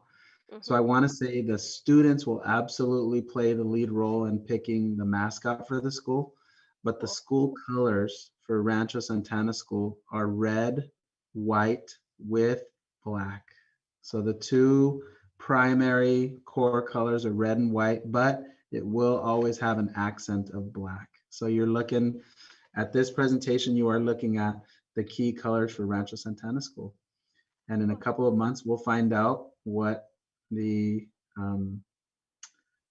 mascot is, and we'll find out soon. So tonight's presentation is an update for the board.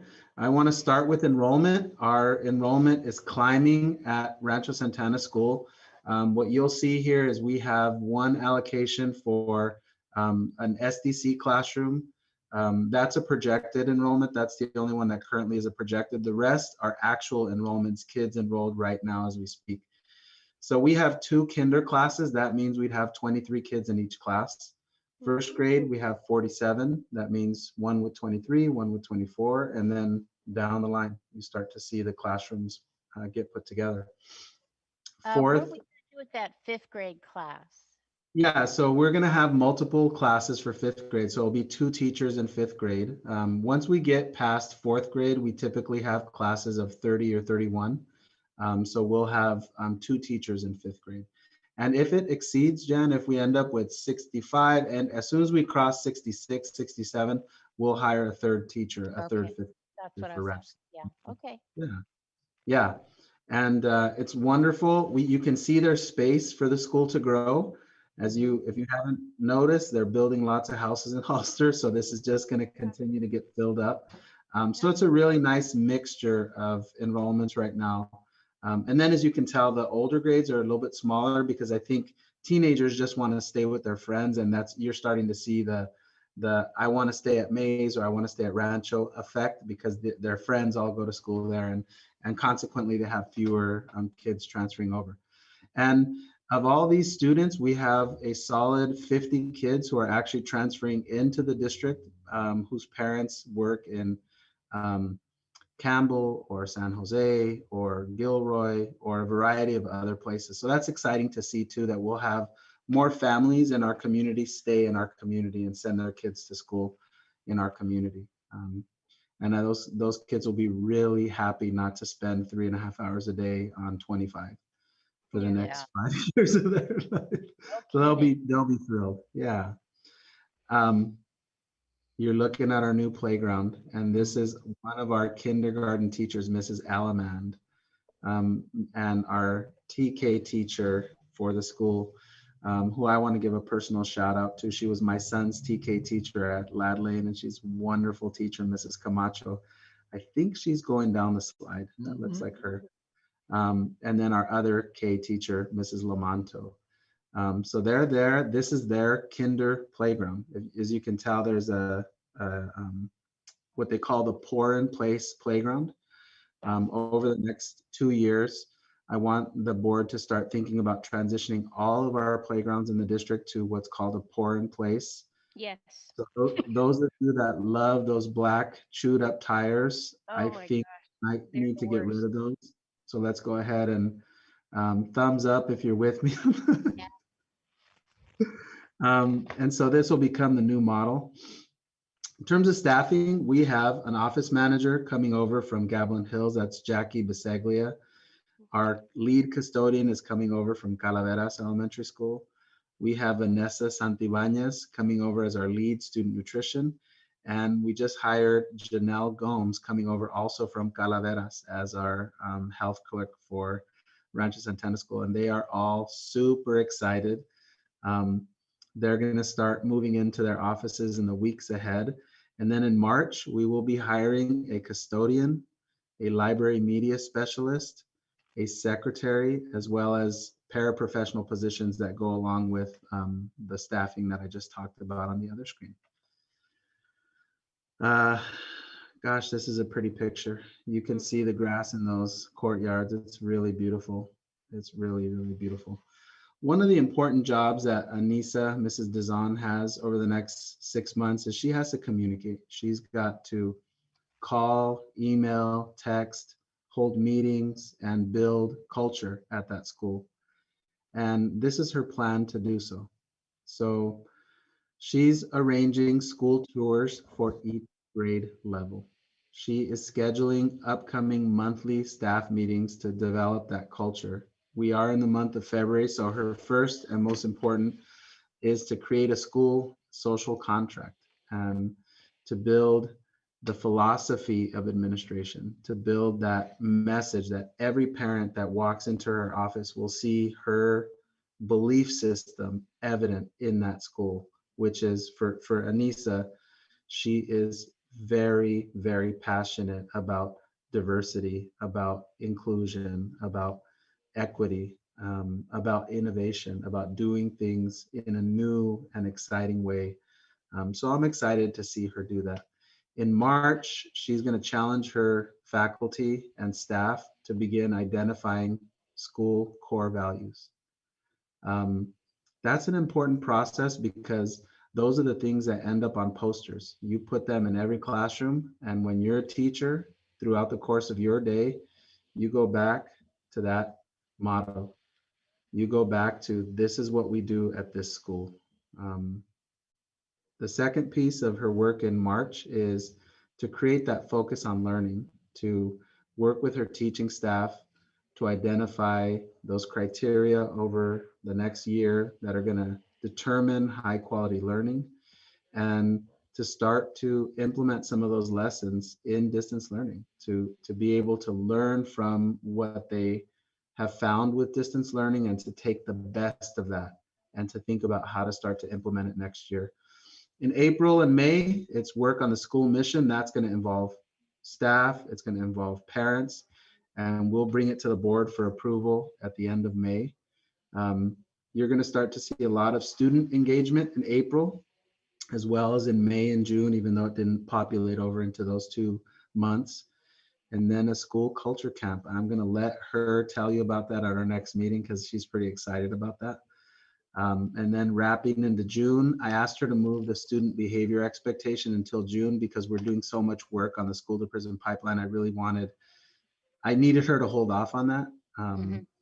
And then the discipline matrix and the school's instructional strategies. So she's got a lot of work ahead, and her team is really starting to come together. As you know, the board approved all of her teacher hires at our last meeting. So she's got her group of teachers set. If you see the list of people that are going to work at that school, they're just wonderful people. It's just exciting to see how it all came together. There are teachers transferring over from Sunny Slope, from Cerro Vista, from Rancho San Justo, from Lad Lane, from Calavera. So it really is a true mix of people from all over the district. It's exciting to see. HDLA as well, a couple of teachers. So we're excited for her and the work that's going to happen there. I got on the next slide some visits with all RSS students. So that is not a typo. That is actually true. In March through May, the principal and assistant principal will visit all RSS students. And I'll let her go into more detail for you on that process when she's here. But there's only one way to meet somebody. You gotta give personal time to those kids. And in a normal school year, you just walk out on the playground and you start talking to kids and you go into classrooms, and it's really hard to do that right now.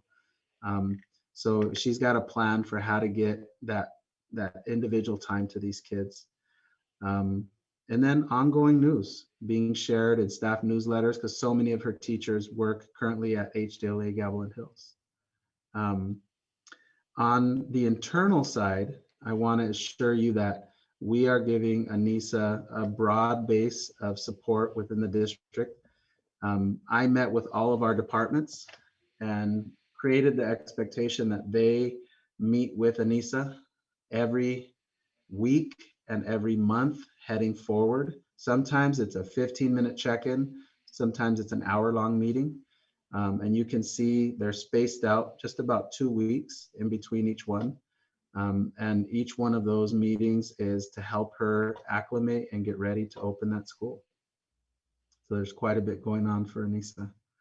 I think what's important about presenting this to you all and to showing it to the community is that this is a school that we're so proud of all the work that went into creating it. And now we're excited to get this principal connected with all of the people that she's going to it's going to become like a family, like the way Maze came together when Maze was open, and you had these people come together at Maze.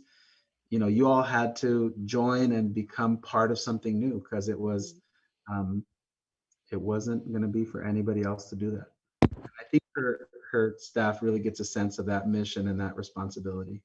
In addition to that, she's going to design a school website, put together articles for Bonito Link, send them to Bonito Link as PR, establish a social media and YouTube channel, use technology to survey stakeholders. An example is the school colors voting, and then help teachers with their teacher websites. So with that, I'll turn it over to the board. I want to give you all an opportunity to ask me any questions about the work that's happened over the last month, and take your questions from there. Does she know how to do all that stuff? Because I wouldn't know how to do all that stuff. She knows how to create the websites and teacher websites, and she knows Yeah. how to do all that stuff. Wow.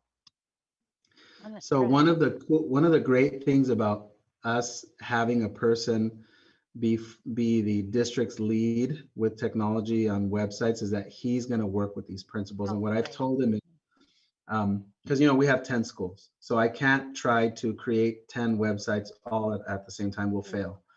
So what I've told him is, Starting next month, you're working with that principal. The following month, you're moving to another principal. So you all are going to see this really great website for the district. And then you're going to say, oh, what about HDLA's website? And I'm going to tell you that's going to come in July, because here's why. I could rush it and we'll have a bunch of websites that we're not very happy with. But if Mhm. you let me do one a month, I promise you, when it opens, you'll be happy. The parents Yeah. will be happy And the because consistency. there's time. Yeah. And you want one person, you want a point person, like you're saying, because that continuity and consistency throughout the platform has to be the same.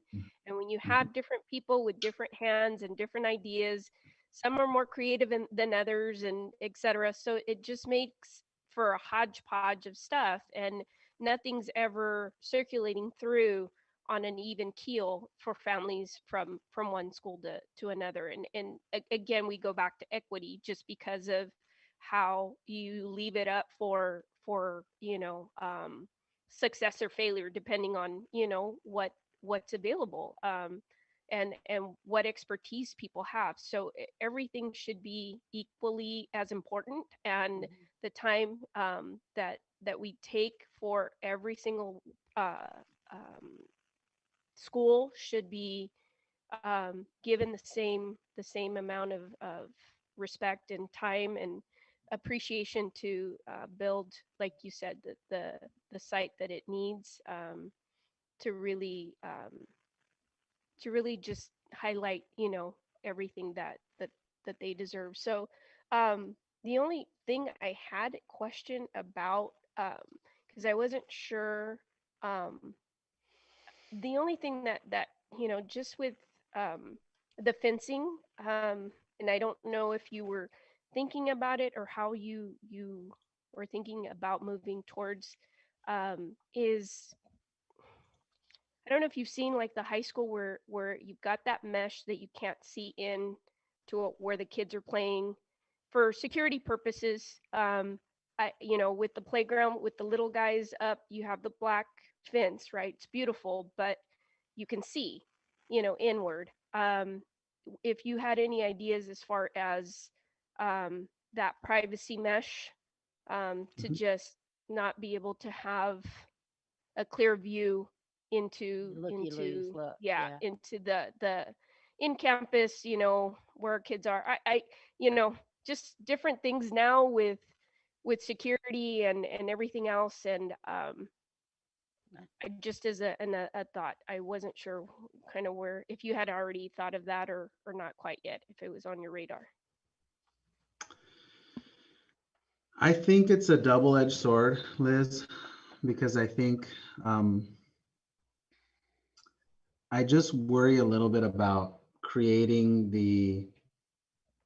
it's almost like we're trying to, or, it's, there's a little bit of a concern about, does that then make us kind of lower our attention to the fact to need to keep access through one way and not, the high school, I think, it's just such a huge facility. There's like, I can't even imagine what it's like to try to keep that place locked, or, I mean, there's like a city street running through that school.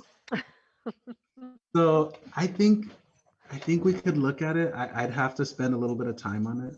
Um, but we also have a beautiful campus, and I think there's a part of me that wants people to see that, So um, I'd want to just think about it a little bit. You're just talking about Yeah, for the TK yard? Are you, Liz, Yeah. are you just talking about the TK yard?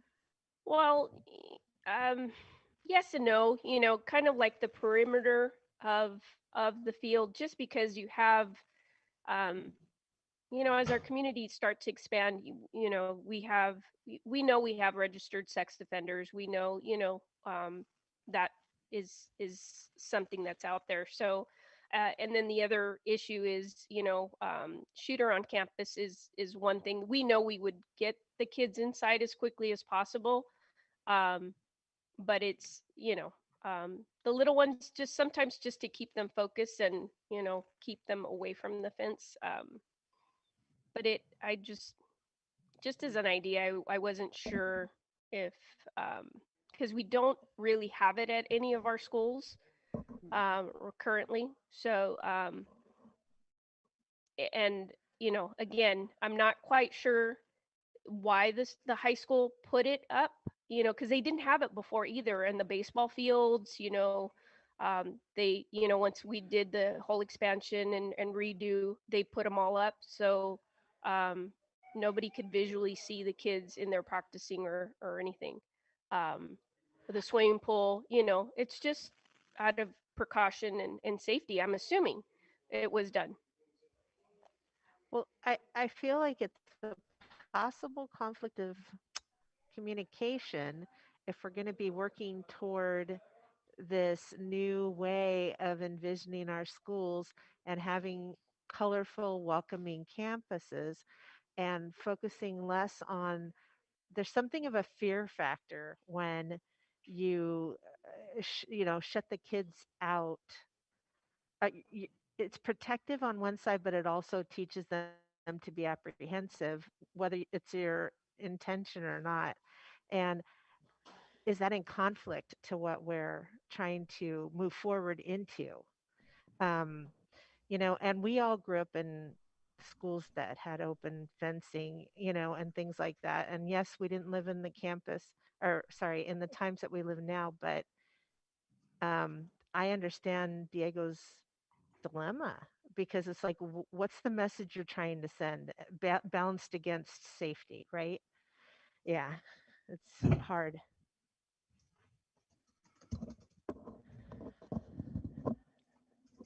I don't know. I have mixed feelings about it. I would have to think about it. I'm not there yet.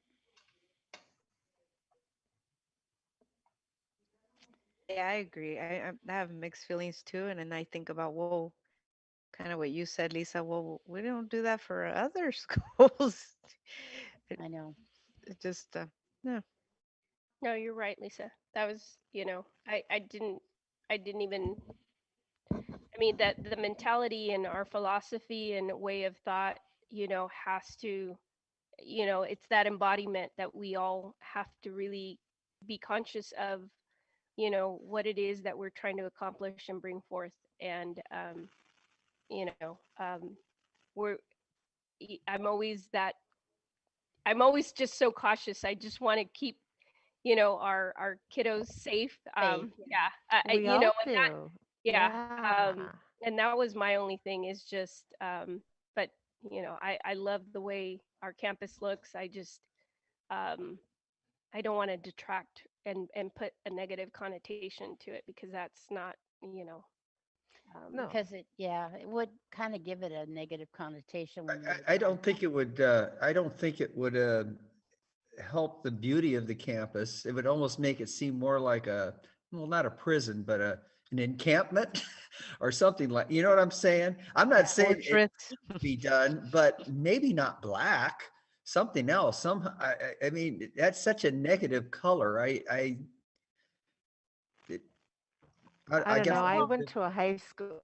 I went to a high school in San Jose that looked very institutional, I guess, for lack of a better descriptor, and a lot of cement, a lot of barriers that were I guess intended to be aesthetic, but as kids we were affected by that, and that was high school. So I can't imagine, like if we're thinking about environment, what is the environment that we're trying to um, set for them? right. Do we want them to be excited and we want them to feel the beauty and to feel Hmm. engaged and such, right? So that's Yeah. where I'm I going went to from a it. high school with no windows. Oh my gosh. I would even say I went Right? to I can't Leland even High School. imagine. We had open Aries. campus modular scheduling. It was like going to college. Yeah, and Yeah. I mean, I know, Diego, that your focus right now has been to beautify our campuses, make them welcoming, make them open, and beautiful for our kids to love where they're learning. So, um, it was just I don't know why the high school I popped into my understand head, that. and I'm thinking, No, it's but those ideas, Liz. It's yeah, absolutely We need to talk about those kinds of Yeah. ideas. I just don't think we're Absolutely. there yet. Absolutely. Yeah, I get you. But And there's we nothing shouldn't wrong be. about You talking know, about the conversation we just had, with it. It's important. our collaborators and the wonderful folks helping us change our vision and mission. Mhm. It's like I said, it's a full embodiment of what we need to change the mindset, and it's going to start with me. So Yeah, but it's all we're forget always what I talking about asked. our babies. We always care about our babies. Okay, let's look at our Yeah. discussion action item 9A. School reopening, vaccinations, and county data. We have Date the 1:30. public comment from our Okay. nurse. Should we read that Yep, one now? Be a good you can time. read that now. Okay. So, dear, good evening, Superintendent Ochoa and board members. Thank you for your continued support and care for the students of the Hollister School District.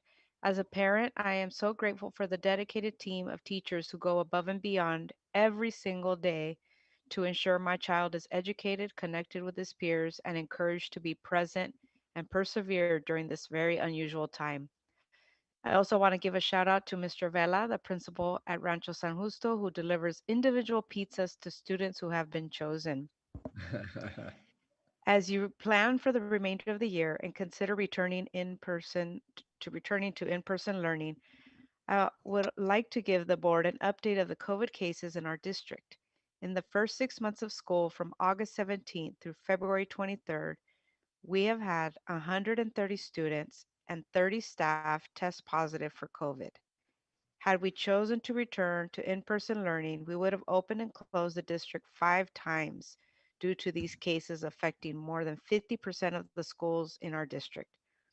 Since February 1st, 16 and 5 staff members have tested positive for COVID-19. These 21 cases would have caused disruptions in learning for 315 students. These cases would have affected 7 school sites, which means that we would have once again had to close the district. Over 85% of our schools would have been affected. Please keep in mind that these are the cases that were voluntarily reported to us by parents with verification. The majority of these cases were brought to our attention because students were symptomatic. Now, a word about vaccines.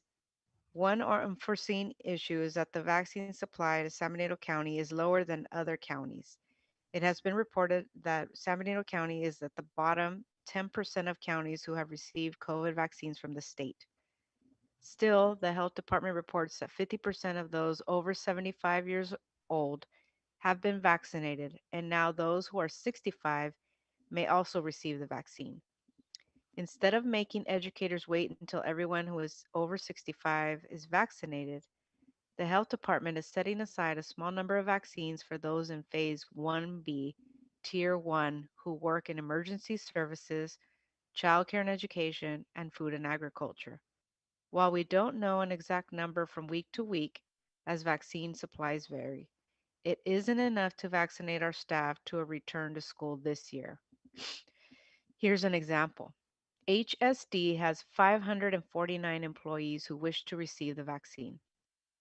If our district was allocated 50 vaccines a week, it would take 11 weeks for every staff member to receive the first dose.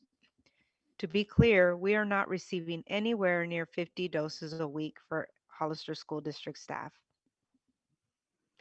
As a parent, I encourage the board to look at what will be best for our students moving forward.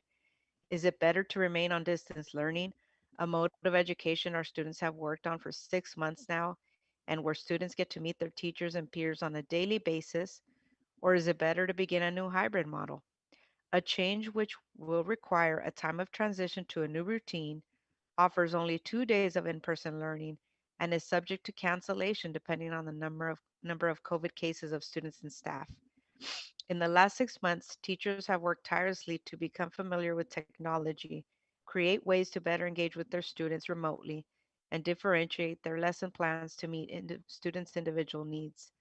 They spend evenings and weekends researching for new and hopeful resources for their students. They call and email to stay connected with their students and families. Some send notes cards in the mail or show up at students' doors to deliver a note of encouragement. They, along with school administrators and a huge support staff, are amazing individuals who make our students' learning and well being their number one priority. I ask that we respect the work they have put into distance learning and that you consider continuing with it for the remainder of the year while they wait their turn to be fully vaccinated. This meets the needs of the staff while also providing the stability and consistency of our students so desperately need and deserve. Thank you for your time and consideration, Anita Seringhouse. Thank you for that, Carla. Appreciate that. For the rest of the board, I want to point out a couple of changes in the last few weeks. This is our first week where we were notified by the San Benito County Public Health Department that we will receive vaccination doses for staff members of the Hollister School District. Um, so that process has begun where the county is currently setting aside um, doses for educators, and those doses are being meted out in a way where all of the school superintendents set our information to Crystal Lamonto, our county superintendent, and we place employees in a category according to whether or not they're working with students and whether or not they're in contact with them for more than 15 minutes and whether or not, so there's a criteria that we use. It's a fair criteria and a good criteria. Um, in San Benito County, currently there's 86 educators who meet the criteria of they're in person right now, they're with kids more than 15 minutes at a time, and they haven't received a vaccine elsewhere. So those 86 are the first 86 to get the vaccine. And what will happen from there is each district will prioritize educators within their district to indicate when you have the dose ready, this is who we are recommending in our district be prioritized. So let's say, for instance, they said, all right, Hollister, you have 30 doses next week. Then I would give them a list of 30 names of people, and we would be responsible for calling them and having backup people in the event that one of them doesn't make it.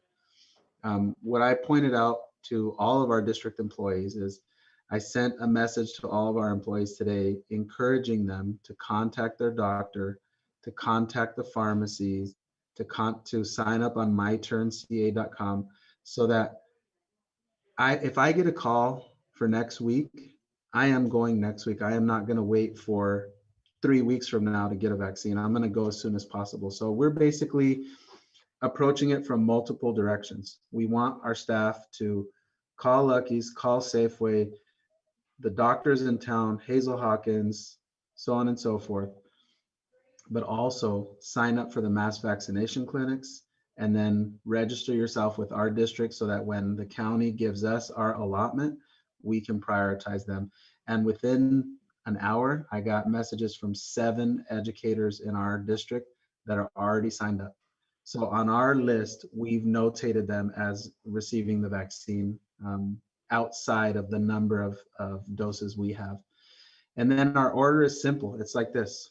Special education is first, TK, kinder, first, second grade. Our plan is to have for each school an administrator, a secretary, the lead custodian, the health clerk, the support staff that work with those special ed classrooms and those. So you're going to see, it's almost going to be like a small little skeleton group. So let's say we have employees getting vaccinated next week and the week after and the week after that. And we're going to call that March 15th. They get their first dose by March 15th. So they're going to get their second dose, call it April. So now we have a group of people that we can open campuses with the board's approval. And that's what this presentation is about this evening, is about encouraging the board and educating the board on how the vaccines will start to come in so that we can prioritize getting children on campus once the educators that work with them have been vaccinated. Because it might take until the end of April for, let's say, like our last prioritized employees.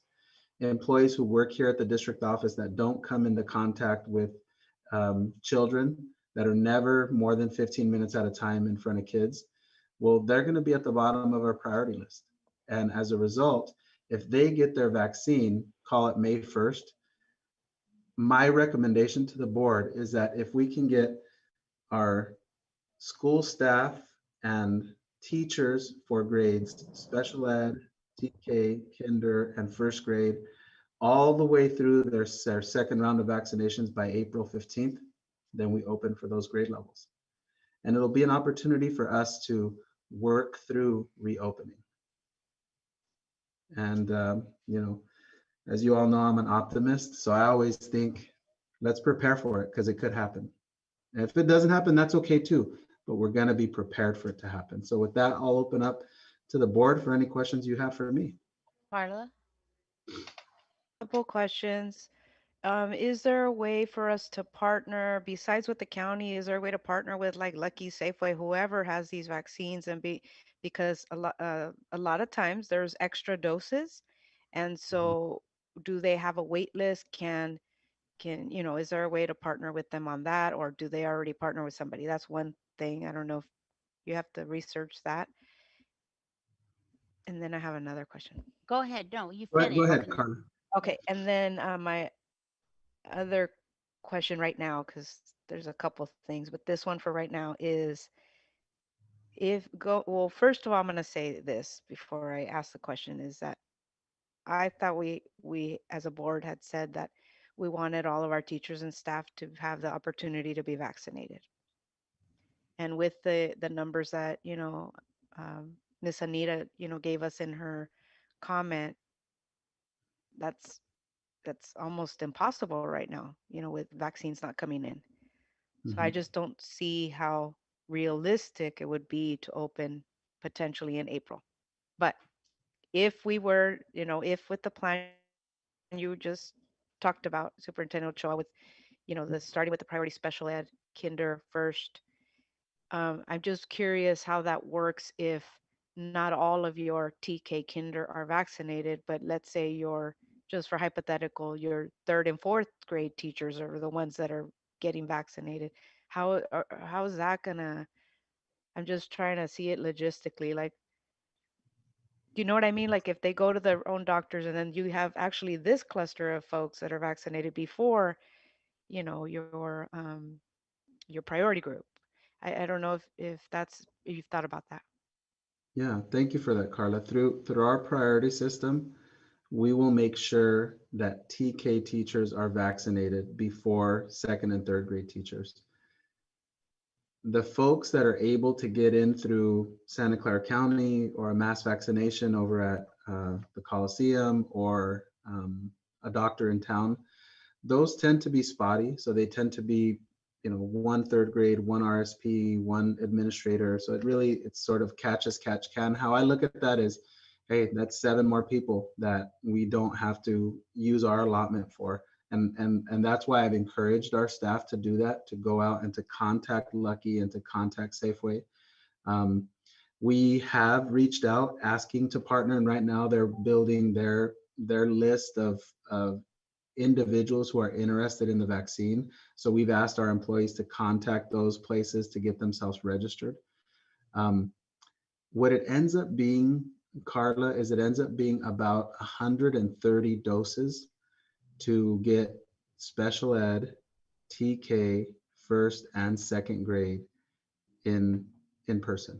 So the whole district is about 540 employees, but that group is about 125 doses. So we're feeling pretty good about being able to get to that point, and there is a pretty big change happening in the days ahead, as well as we have, well, fingers crossed, we have the implementation of the 10% allocation statewide, that the state of California is setting aside 10% of doses for educators and community childcare workers.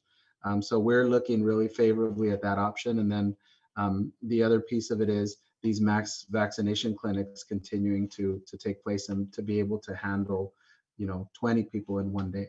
So we're feeling good about it. Steve? That brings me to what I was going to say. Um, I think we should, as long as we're communicating, I think we should, these sites, like for instance, I just got vaccinated yesterday in a place up in South San Jose. How did I find out about it? What's up on Hollister? I would have known the first thing about it. So what I'm thinking is maybe we should research for our teachers, for our classified, to places that they could actually go on their own. How do we get, who's doing this? Like you mentioned, the Coliseum. I bet you a lot of people don't know that they could go there and do that. Is there any way that we could, I'm not saying that we'll get all our teachers done this or our educators done this way, but it gives them an opportunity to get the shot if they want it. You know, it seems like we could do something like that. Just research that and give the information to teachers. Well, I have kind of put together a little bit of a letter, and one of the things that that I'd like to send to several people, but I think that we should ask that our district office become a center to vaccinate educators in San Benito County. Yeah. We've got two qualified nurses. I don't understand why our district office cannot be a center for every educator and staff be vaccinated at our district office. This is ridiculous. And we need to get, and we need to be proactive. We're being reactive. Everything that we're talking about here, we're being reactive. And Diego kind of spurred me on here. We need to be proactive. We need to get on the horn, and that means I'm saying board, we need to get on the phone, we need to start writing letters, and we need to start saying, hey. And so I have left two messages to two people in public health, but we need to get on and start talking to the our board of supervisors and Mr. Rivas and Mrs. Caballero, and we need to start. How come we're only getting 700 a week? This is ridiculous. Our children need to go back to school. Our teachers and staff need to be protected. This is crazy. This is The just nuts. other, Jan, thank you for saying that. And I want to assure the board, our nurses and our director of student services and I have worked together to come up with a plan of how we would do it. We Sure. have the site selected.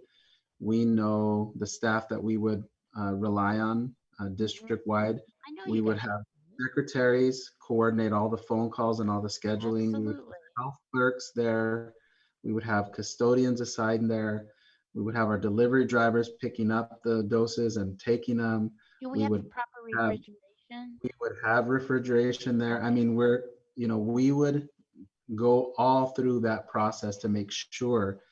And we think that we're in a range of being able to do more than 200 per week, that we would be Yeah, able to see, make this is sure crazy. So I think, and I think that we should open up our DO to be the vaccination center for the educators of our county and staff and our support staff. So anyone who's involved in education, we would be the site. Let's make it happen and let's just do this. Yes, Carla. Oh, I can't hear you, Carla. Sorry, but I think we talked about that last month, right? I think, I mean, we have the structure, we have the people. I think the problem is there isn't Vaccines. But Yeah. that's changing, and that has doses, right? changed. And No, a the doses vaccine. are So changing. the doses are changing, and so Yes, I think yes. that I'm with you on we have to go higher, on the advocacy. Yeah. But the Um, but the doses are coming in, and Johnson and Johnson is going to be approved. I think the 28th and coming out next week. And then they've doubled the manufacturing of Moderna, I think, or I can't remember which one, but Yeah. Yeah. everything is changing. And the not Moderna, but the first one that was, what's the name of the first one? Pfizer. Pfizer. they no longer have to be at the minus 34 Right. degrees. Right. All of that has changed. So these doses are coming out, and we just need to grab hold. And we need to make it. We need to. We need to make a stink, and we need to get this for our children so that our children can get back to school. And I'm sure if we notify some parents, they'll help us too, Right. because this we need to make a stink.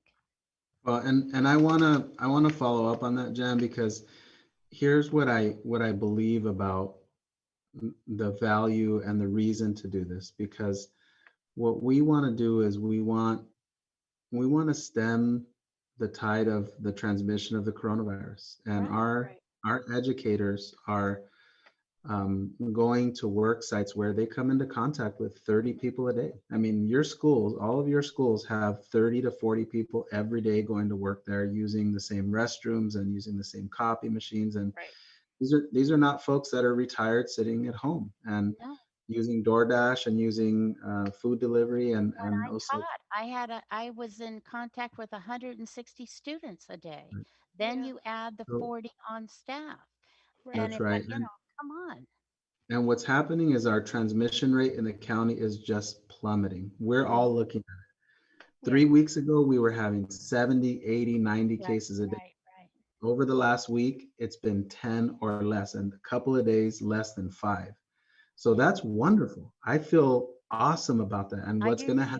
I do too. what's going to happen is the state is going to change their approach.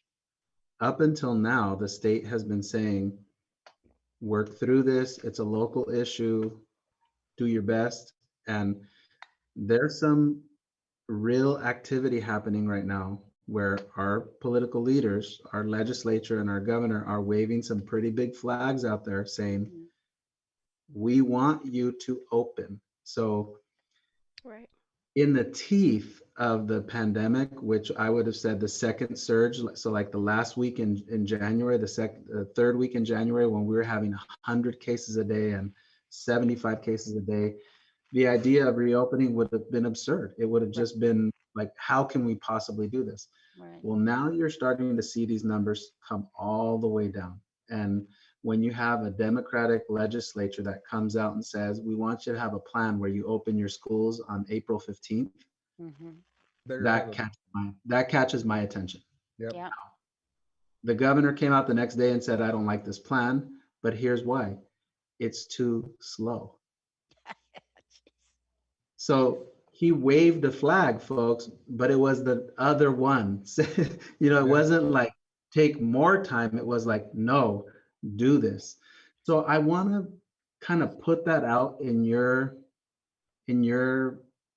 thought process, because what we have talked about over the last several months is using vaccinations as a criteria to reopen schools. And with that in mind, if we do the right prioritization, if we can somehow get more doses sooner and become involved in that process, then I think it's reasonable to look at having a couple, 150 people vaccinated in the next several weeks. And Yeah. then Well, I we think, get the kids on campus. And Lisa's putting her hand up, so I just wanted to yes, mention that. Lisa, go ahead.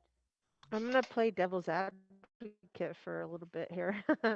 um, Variants are coming out. I've been reading about a new one from Denmark that they say isn't as virulent, but that we're not guaranteed that these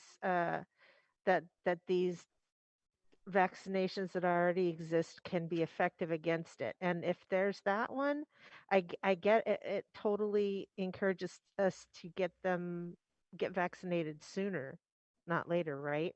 Hmm. For Right. herd immunity and that kind of thing. However, there are some teachers who do not wish to get vaccinated, Vaccinated. and there Right. will be students in our schools um, who will be less likely to transmit, but not absolutely not going to transmit if their families are not vaccinated or don't believe in getting vaccinated. Right. How does that work for safety issues? And are we just saying, oh, well, and moving forward anyway? Well, It's kind of I like think the those are Well, it's flu. valid not a questions. mandate, you No, know, it it's like isn't a the flu, mandate for Right. though. everybody. Yeah, People exactly. get the flu you get the you vaccinate yourself every year for the flu, and some people don't, and some But the people get it. question is now with this, with coronavirus, if um, the argument is going to be, well, I don't want it, but I don't want to be on campus. And that's the thing where, you know, as a board, you know, we have to make that decision of, you know, what does that mean for employment, continued employment in the Hollister School District? Because I may make a personal choice to not take the vaccine, but I'm still an employee of San Benito High School, and the expectation is I come to work every day. My choice whether or not to take a vaccine is up to me, but it's not relevant of a requirement of my employment. We want everyone to be safe, but we also need to know what teachers or what staff members, classified staff members, are not going to want, or even administrators are not going to want the vaccine, because we need to take that into account, right, as we're making these decisions. And there's going to be some people that, like Jan was saying, or we're going to have this hodgepodge of people getting vaccinated and may want to come onto campus to teach third grade or, you know, whatever class. So I want us to be open about just being able to do different things for different folks, and what they're comfortable with, because I know we have a lot of kids that may want, you know, and teachers that may want to come that are outside of your special ed TK through first grade, um, and that we may need to have some of these kids in sixth, seventh, eighth grade, especially right before high school, that really need to, um, that need to be in a much structured setting to just help them prepare, you know, before they move on to next year's grade level. So I just want us to be open to what the you know the the landscape is changing to be, and what our availability with staff, you know, and trusting each other that we're going to do what's right by one another, and being open and transparent, with the district as far as who gets what vaccinate, you know, vaccinations. It doesn't matter through what. I love Jan's idea. I think as a board we should sign whatever, you know, petition she wants us to, you know, she wants to create, and get, you know, those phone calls. Just let us know what you need from us, Jan. But, Hmm. you know, like Steve said, you know, if we could get this information to our folks as far as what we know is available and get that to them, if they can get appointments wherever they can at this point, prior to us getting some, you know, solidity in this vaccination process, and we can mass immunize, you know, once that's available. But the Hmm. more we can start checking off the list that can access these other venues of vaccination, I think that just strengthens our resolve to try to, you know, get to that April 15th, um, hybrid, or model that, you know, we need to do, for our kids. Well, in regards to if I don't, I think we need to get a legal opinion about what staff has to do in regards to a priority of you know, vaccination or not. I don't think that's in our bailiwick. We we What can't. do you mean creating a priority list? No, Is no, that what no, you're saying? no. About whether or not someone has to have a vaccination to work. I don't think No, what that's. I'm saying is no, I don't think there's law for that. What I'm saying is that the stipulation that they will say, well, you know, I don't want to come back onto campus because I don't want a shot. You know, I'm making the choice of not getting the shot, but you know, if my I think we employer need is to have saying you a. need to come onto campus Well, to teach. we need a legal opinion on that. That's what I'm saying. I'm saying that, you know, like the flu.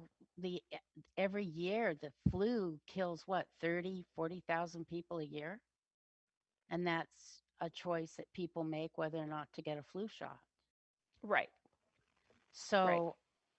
So I don't know, and I don't pretend to know, and I think we would, as a board, we would need to get, some legal opinion about, I don't know. I have no idea. So Whether we have to force an employee to get a shot no, or or whether okay. or not we can Make them go to say, work. make them go to work, or yeah, in other words, I don't want to take the shot, but I don't want to go to work, and I want you to pay me. I don't know. We need to get a legal opinion on that. I have no Carla idea. has her hand up. Yes, Carla.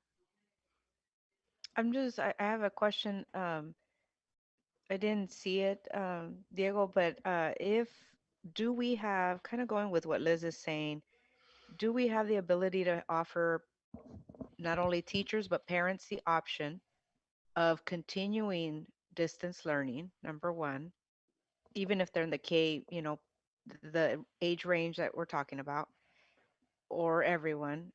Is that option going to be available? Because there are still some parents, there are both, right? There's parents who are ready, and then there's parents who are still like, kind of going to what Lisa's saying, it's still unclear territory. So that's one. Are we going to be able to offer that? Um, and if not, what are their options if they don't want to send their kids to school and if they're in that group where we have to send them? So I guess the backup question is, do we have to do it by April 15th per the governor for these groups? Or is that up to the board? And and then going along with Liz's question, like if I'm a teacher and I get vaccinated for my safety, right? Because it's about our health and safety. Now, am I mandated, required, however we figure out with the legal people, to provide instruction in person, or does that depend because I'm in the priority group? I know that was a lot, but that's what I'm thinking right now. Yeah, so Assembly Bill 86, which is the proposed legislation that's out there, um, requires that you continue to offer distance learning to families. And we have about 60% of our families are requesting to stay on distance learning. So if you can, let's try to take it down to a one classroom level. I'm a kindergarten teacher at Sarah Vista. I have 24 kids in my class. Currently, 15 of those kids are going to stay on distance learning. So it's really down to 9 kids. So one thing that we'll work with on our with our union is saying, do we just have all those 9 kids in one cohort? So the amount of time that teacher has is they're with their in-person cohort for X amount of hours, and then they're with their distance learning cohort the rest of the afternoon. Because right now they're with, in our district, there's no splitting of the class. The teacher has 24 kids for 10 hour or for 4 hours a day. And then if we're gonna go hybrid and only half the class wants to be in person, does it just make more sense to have them with me? And then the other non in-person group is my distance learning group. So Hmm. that's a possibility. We're not going to get far down the road on that because we need to collectively bargain that. Um, Right. right now, this is 2021, folks. So I just want to remind you all, if I tell you something tonight, it's probably going to change next Monday because that's what's happening in our Yep. society. We're making all these plans, and I just want the board to know we're ready for all of these plans. We're ready for, as you know, when I presented to the board in January, we were ready to reopen. We chose not to do that, but we are ready to do that. I want to assure you, we have the PPE, we have the plans, we have everything prepared to do it. At the same time, we now have a legislature coming in with a different kind of plan. So their plan is basically saying, in addition to reopening, we want schools to turn their focus to thinking about having longer school days, longer school years, longer summer school, intersessions. We want, after April 15th, we want the most high need students and we want in-person instruction to kindergarten through sixth grade if the county is in the red tier. And based on our current data, we will likely be in that red tier.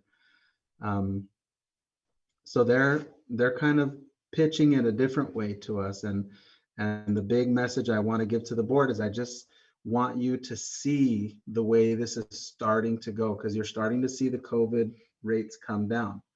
So I think that there's a way for us to do 7 different strategies, see if we can get more vaccine doses, see if we can put ourselves in the vaccination process, encourage our staff to go get vaccinated at Safeway, Lucky's, the doctors, the mass vaccination clinics. At the same time, create a priority list that allows us to open for special ed and kinder and first in that order.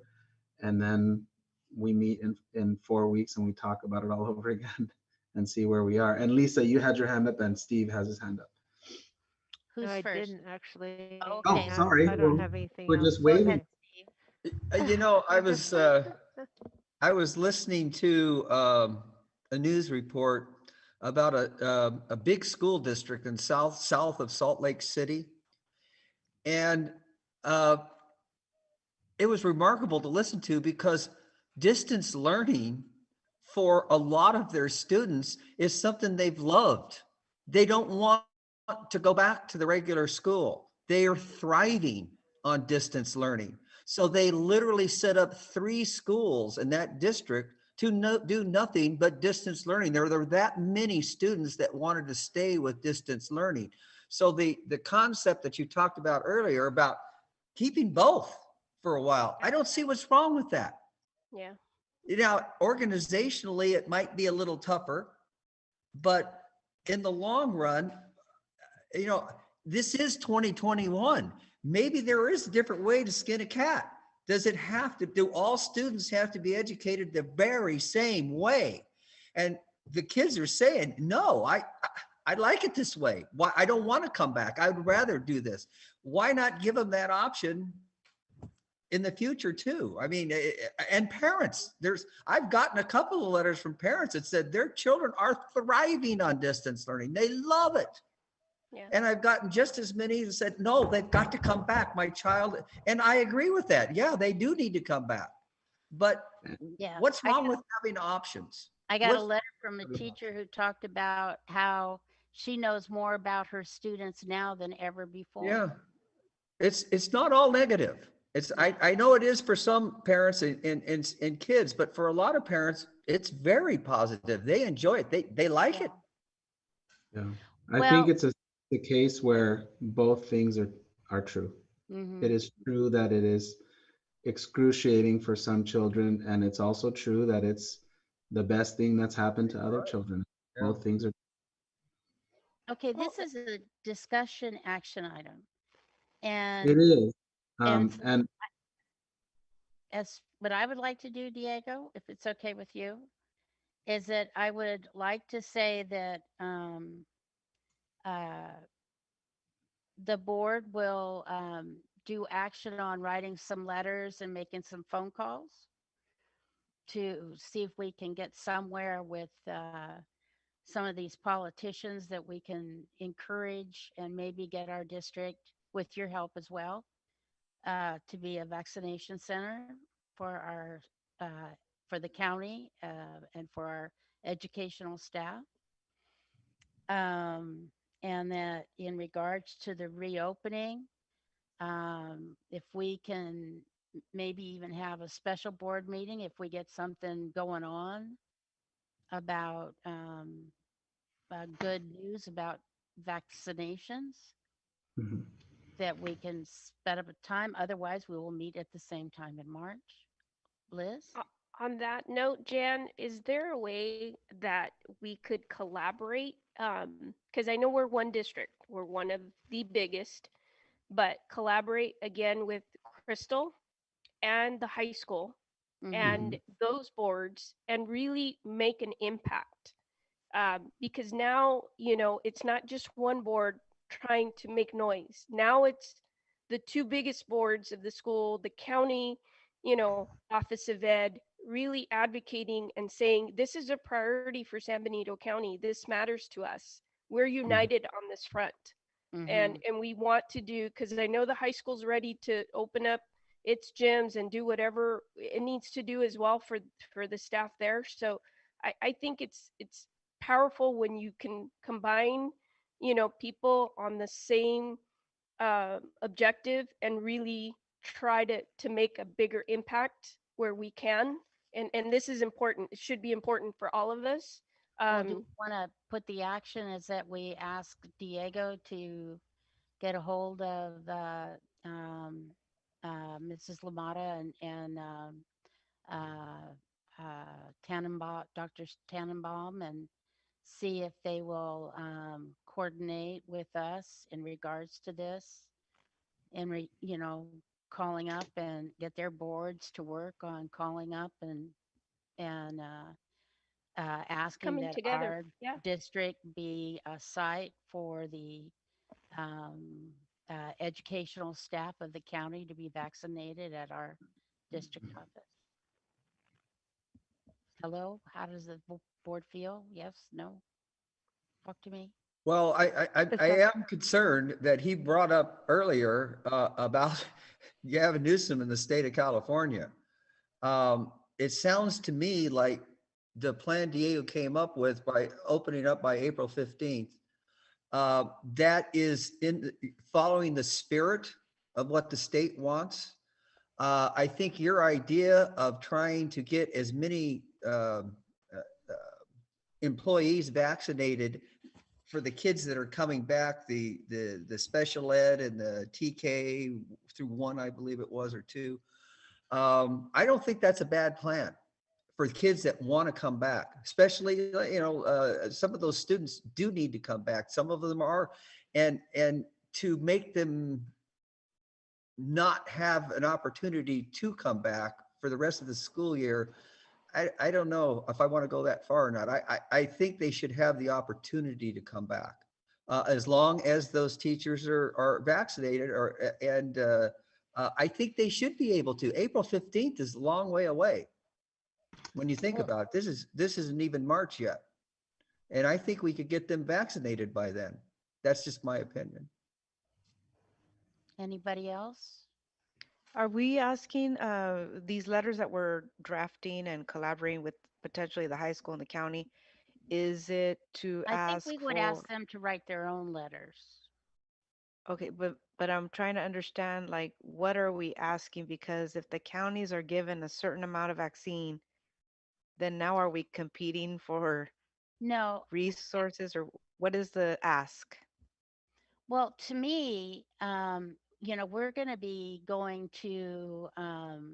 we're going to ask for, go to the county um, public health, but we're also going to be going to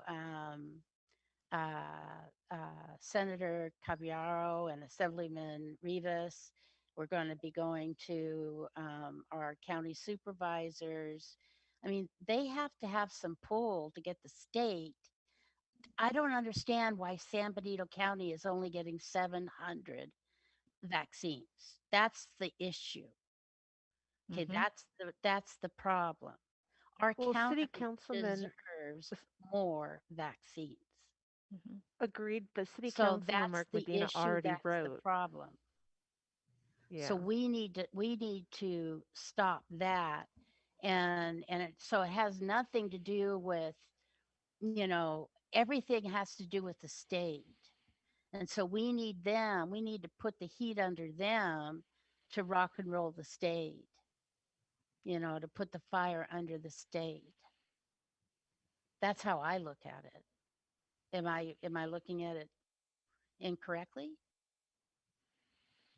No, I just don't know how effective we can be because, I mean, Mark Medina's already written a letter to, I believe, Anna Caballero about this. Yeah, but And we represent um, 6,000 students. And if we get the whole county, if we get the county superintendent, we get the high school. and No, we I, look I at it. I think I understand the more noise you make, but I mean Right. there was a news article out today that we're like what 46th out of 58 or something like Yeah. that. Yeah. Um, and so it's not like nobody knows. I And understand. Yeah, we know. so I just don't know how effective we can be, except for to make noise. And I'm all about making noise. I've done that for years, but Yeah. I think we're gonna have to make noise. I don't know I what else. think I think what's a little bit different about this case is it's more of an issue of recommending a solution, recommending a path, because we have something that is very particular to our district, which is we have two licensed professionals who are authorized to inoculate and give vaccinations to people who are We have ready and refrigeration. willing to give the vaccine. We own physical buildings that can house the process itself. We have the support staff that anybody would drool over that we could immediately assign to assist with this process so that We have the if we social. get 700 vaccine, let me put it to this way, if we get 700 vaccines in this county and they say we're going to assign 125 to education, our district would be able to administer 125 in 2 days. Why? Because we have the infrastructure for it. We're not waiting for somebody to email us to tell us who they are, what age they are, what their address is, what time they can come in. We have everyone's information. I know all of that right now. We have it all prioritized right now. So I look at it more as but like if in your role as the board of just advocating for your district, of saying, we're ready, put us in. When you're ready, we're ready. where I've also heard tonight that we're talking about all educators in the county, which isn't that demographic that you know everything about. So where does the equity come in with that to make sure that those other districts get their piece of the pie as well and their names in that order? If we're going to make that offer, we need to be taking that into consideration. Well, can't that be transferred electronically to you, Diego? That Yeah, information? what what we're talking about here is the county has 1,300 educators and 600 and some odd work for us. Mm-hmm. And county is already prioritizing educators based on a pre-selected criteria that all the superintendents agreed upon. And I really Mm-hmm. want to thank Crystal and recognize her and recognize the public health officials that have worked with us already in this process, because they have a really good system in place. They have done a good job of organizing the districts together. And my message to the board is I personally think your public advocacy matters a lot. I don't look at it as making noise. I look at it as 5 elected officials who had thousands of people vote for them, um, publicly advocating that educators be prioritized. And you can, we're all entitled to my opinion, so I'm going to give you mine. My opinion is at the very top of the list. Why? Because we are the engine that drives the community. When we vaccinate and when we open, that means parents can go to work. It means kids can see their classmates. It means that the children in emotional crisis get their needs met. And it means our teachers who are on the sidelines saying, please let me get vaccinated, they get to the front of the line. Hmm. So if I have a state that is saying prioritize educators and a federal government that's saying prioritize educators, my personal opinion is that the 5 elected board members of this board, you have an important opportunity and responsibility to publicly advocate the importance of having educators be vaccinated.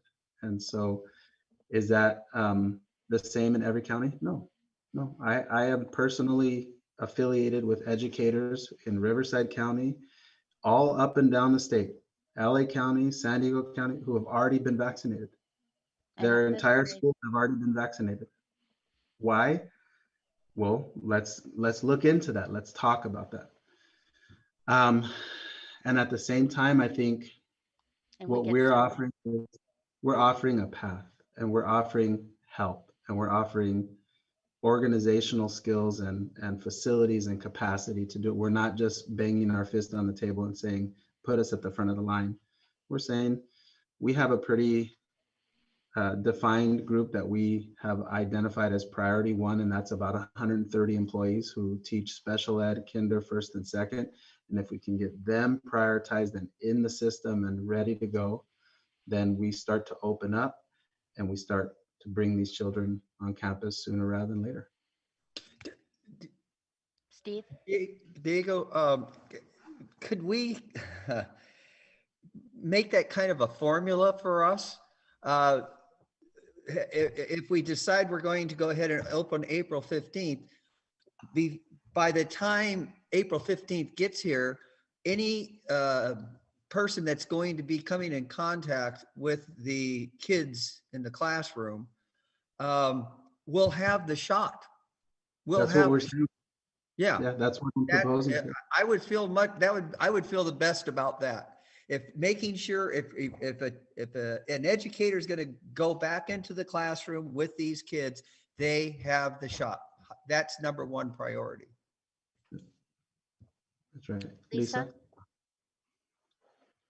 Using that April 15th deadline, that's 2 weeks post second shot, with 2 to 4 weeks in between shot 1 and shot 2, depending on the manufacturer. You're talking a March 1st administration date, like get the first shot in March 1st to get an April 15th. How does that work? I mean, like we're at February 23rd today. Is that what it is? Well, So I can how answer do we that. get 130 through that by March Well, if you get the 1st? Johnson and The, Johnson the first shot, shot is the most important one. The second one, the booster just helps, but that first shot will get you further. That's what I was told, as I just got one for the next 6 weeks. And then I have to have it. No, I can't have it after 6 weeks. What I got mine scheduled for is 4 weeks later. So I'm getting my Right. second one on March 22nd, but they told me that you don't have to have the second shot because the first one gives you the immunity for sure for this amount of time. Well, You if don't you need both talk shots. to Dr. Fauci, if you talk to Dr. Fauci, he's going to tell you that even with 2 shots, you're like 85% protected. 85 with both shots. So we're not talking absolutes here. There's no, I hate to be devil's advocate, but these are people's lives we're dealing with. There's no absolutes at all. I mean, no matter what, somebody could still get it. The question is, what are the odds of getting it? And supposedly the Moderna one's 95%, and 95% means that you won't die. Right. I listened to Dr. Fauci too, and he said basically the main thing about getting that first shot is even if you do get it, you won't die or have a very serious reaction to it. You'll still maybe get sick a little bit, but you won't die. To me, that's the main thing. I don't want people dying because of this or getting horrendously sick. okay, Liz and then Carla. Carla had her hand up first. Go ahead, Okay, Carla. Carla. We can't Your hear mic is in the Carla. back of your head. Oh my God, sorry, because I was drinking my tea. Sorry. I'm feeling like Lisa as well, a little like, I don't feel comfortable just being like, oh, you got your first shot, good to go. Now they got to get their complete series, to be just to be safe, to have it be complete. Um, then I think, then we'd feel like, okay, good, they got their series at least, or they got the option. But I think I just want to go logistically to a question of what are we going back to the action today is specifically what? Approving this plan. Approving the plan? What I'm asking the board, what I'm Let recommending to Liz, the board. wait on Diego. Liz had her hand up. Well, before I wanted to kind of dig a little deeper. So it's not, we're talking about vaccines, but on top of that, let's just, let's put that aside. It's the other pieces that we need to ensure that are in place, as far as because now with that presentation that you were talking about, Jan, that we don't have to do temperature checks. I mean, this whole deviation of what we thought we needed to do, we don't need to do anymore, that we don't need to do this deep cleaning. We just need to social distance. We need to double mask. We need to um, forget the symptoms. That's out the window. This checklist stuff. I'm like, my head is spinning because I don't even know now. Like you said, Diego, what what is it that we're going to be doing? Because and all of this is all part of negotiations también. Where you Mhm. got to talk through all of these things. You have unions really wanting all the safeguards and the preventatives at the highest level, instead of the minimums that you may had guidance from CD. I mean, and you have so many different variations that it's like, okay, what in the heck are we going to land on where people are going to know this is what we're doing. This is what we are going to implement to safeguard as best as we can. We're not going to do a four. If the minimum is four, but the unions may want six. So what does that look like as far as the classroom?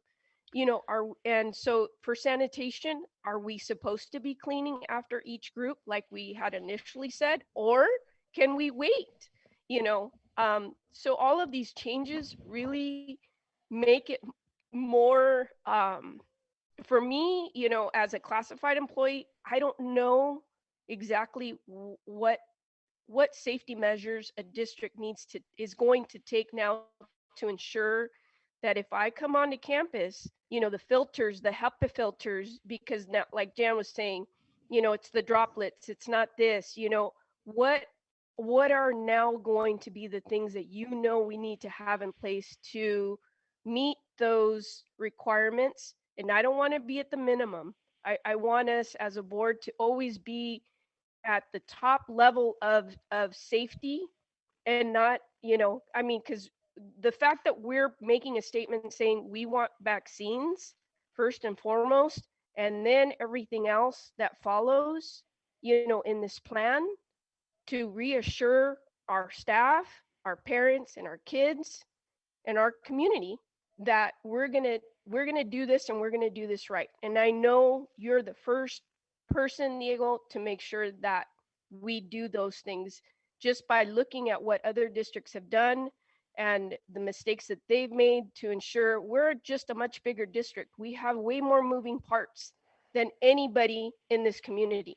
And Right. that's what people don't realize.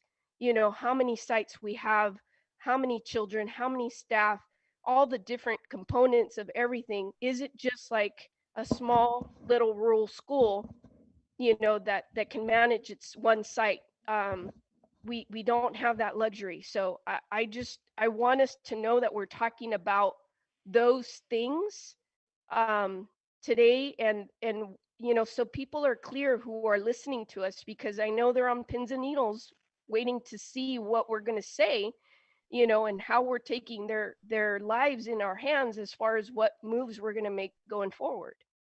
Well, there's a couple of things that I think as we make our decisions that we have to follow, and science is the first thing.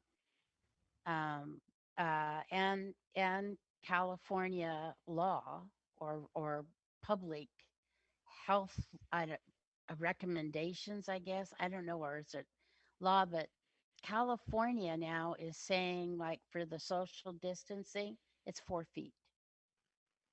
That's what they're saying, 4 feet. That's a minimum. Yeah, for the social distancing, it's 4 feet. They're not Until saying six when? feet. Who So, Until we knows? have another blow up, until we Yeah, get back. I mean, exactly. that doesn't make any Exactly. sense. well, Right. actually, Lisa, they're using it because of science. They've made these decisions because they've looked at scientific data from Europe, which uses a meter, which is 3.3 feet, and they've had no issue. That's where they're getting it. They're getting it from the science. Hmm. So I think we have to make our decisions from the science. We're going to have to, and Diego will take us down that right road. I know he will. And I think in regards to the vaccines, I know Diego knows how we feel. Go ahead, Diego. Mhm. Go ahead and finish, Jan. I just wanted to speak after you. Well, all I wanted to say is that I think the decisions that we make, and why I said we might have to have a special meeting, is to see if we can get some movement on the vaccines. And that might change, how we decide how we want to open, because I think all of us are on the same page about the vaccinations. Um, and I haven't changed on that either. But I think that if we, really, since they're pushing more vaccines out, and I think if we can make our voice a little louder, the squeaky wheel gets heard, and we really start, putting some pressure on and see why our county is only getting 700. We need to find out why, and try to, because it's affecting our children, and we need to say that. And we're the ones that can say that because we represent our children. That's who we're in charge of, and that's what we'll use, and that's what we'll say. So if we get our other educators in our county to help us, and we do have the facilities, we do have the nurses that can administer, we have everything in place. Sometimes when people say, well, we need vaccinations, but they don't have the people that can administer it, they don't have the place to store it, they don't have a way of doing it. We have everything. So I think our phone call will be accepted. I hope I so. think our message will be received. So because we have everything in place. Go ahead, Diego. What I'm asking the board to do tonight is to have this conversation in public, is to think about taking a step and advocating for more doses for education, to increase the prioritization for education, because whether it's 700 or 1,000 or 1,500, again, my personal opinion as a educator, as a father, as a resident of the city of Hollister, is that educators should be very high up on the list, and we should be receiving more vaccination doses.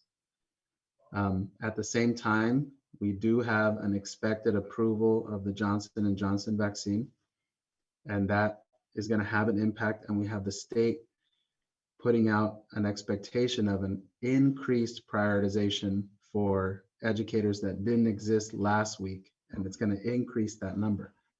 How much, we don't know. I mean, we're speculating at this point, but what I'm asking the board to do is to set a date in March where we reconsider this topic. Because today is February 23rd, and we could hold a meeting on Monday, March 15th, a special meeting.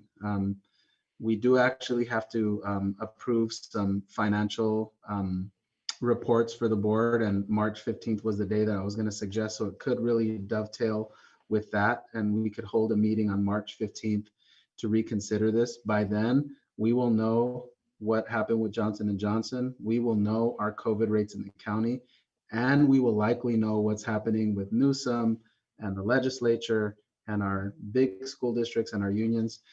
So it feels like 3 weeks from today is kind of the right time for us to sit down and talk specifically about this topic. So that's what you're doing. You're not making any decisions other than we're going to reconsider this in 3 weeks.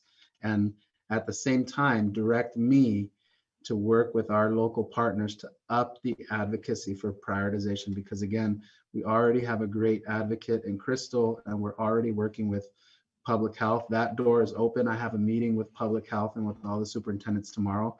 And I want to be able to say our board is 100% unified supporting prioritization for education because of the impact it will have in terms of um, opening uh, opening up opportunities for children that need social emotional supports and need an education in person.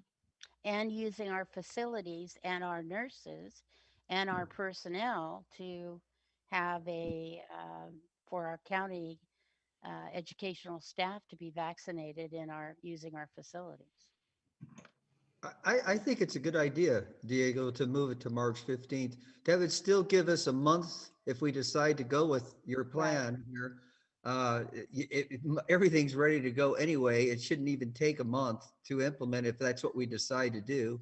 Right. And so I think that's a pretty good compromise. Well, March and I wanna also echo Lisa and Carla's concerns. concerns. I'm an optimist, but you know, You never know. when I look at that Notre Dame hat, my optimism goes down a little bit. So I do have those moments where I think, is April 15th possible? I don't think so, but I want to believe that it is. And I really believe that your advocacy can have an impact on nudging and moving that conversation forward.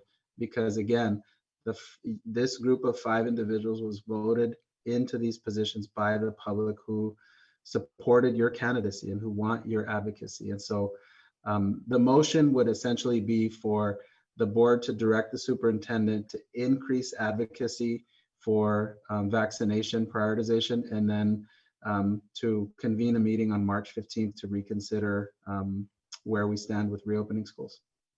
Do I have a motion? I'll move to move this decision to March 15th And so that it gives us more time to advocate and get more information. Who knows what the vaccinations are going to be like in 3 weeks? We don't know. It's a nebulous thing. So I move that we move it to March 15th and advocate in those 3 weeks part of the time to whatever needs advocating to or who to. That's a terrible motion. That's a I, Steve Keen motion all the way, Steve. We all know what you're talking about, man. We can hear you, and we're gonna write it up in the meeting We'll write minutes. it up better than that. and We're gonna write it up. Don't worry. we're so tired. the only comment that I have prior to us voting is that, it gives Diego an opportunity, because I know a lot of these pieces still have to go through labor negotiations. And I want to make sure that if we are serious about that projected date of April 15th or 19th, whatever, the Monday, whatever day you want to Mhm. start, but so that we give staff plenty of, heads up and time to Oh, I prepare, gotcha. Yeah. for, Yeah. childcare, whatever it is, and just getting back into the classroom and getting into the groove of things. You can't go cold, within a week's time. I know, for educators and teachers, they need time to just get back into that Right. type of setting and prepare for that. So I want us to give them ample time and work through labor negotiations with both unions, so that you know we hear their perspective. You're able to get what their concerns are through this process, and just working with everyone, so we have a smooth opening, hybrid process, as smooth as we can make it, and just keeping each other looped in. Like you said, if we can give email folks, the different resources that are out there, those informations or phone numbers, however it is that people can keep each other informed. Because if we can access those venues to get vaccinated through whatever Mhm. means we have out there, and us as a board continue to advocate. But I just want us to really, for all of us to be proactive and look for those other resources that are out there, if we can get our hands on them. Sounds good. But I second Steve Kane. Okay. Okay. All in And favor? that was the Oh, discussion. That okay. was the Any discussion. discussion? Sorry, any No, no discussion? discussion. No discussion? Okay, all in favor, say aye. I Aye. I Aye. Any opposed? Okay, 5-0. Okay, any announcements? Anybody? No? Okay, do we have any public comments before we go to, oh, we don't have, anybody have anything they want to add for next month's I do. agenda?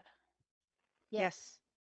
I'd like to know about our RISE program, how Okay. it's going, um, the good, the not so good, the things that need to be improved, we could call it. Okay, so what's happening with Rise?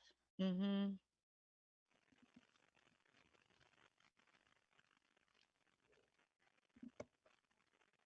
You Thank got you. that, Diego? Got it. Okay, anybody else for next month? The only thing I wanted to kind of see is to kind of gauge how our kids are doing academically. You know, um, because we checked attendance, but I also want to see kind of academically how they're doing. Um, Well, we did that. I gave you that information, what's it, last week or 2 weeks ago? But you want to see what the F rates or what do well, you I want to just, look for? yeah. Well, just with anything, um, Well, how I mean, we're an educational institution, and how they're doing academically through all of this is, I think, important for us to really assess and engage how our kids have been doing through distance learning. I know okay, we did a check-in when we first started in the year, and we haven't done it, again. And so like Carla says, there's times that we just have to call it out as okay, uncomfortable as it is, and we have to, take the temperature and really assess what it's looking like, and where our needs are going to be. I know, Diego, internally you do that quite regularly, right, to really gauge what our needs are going to be when even for summer school, and how those kids are going to need that extra support. So I would just like to see that working up to that okay. plan, That's a good idea. um, if you don't mind. Okay.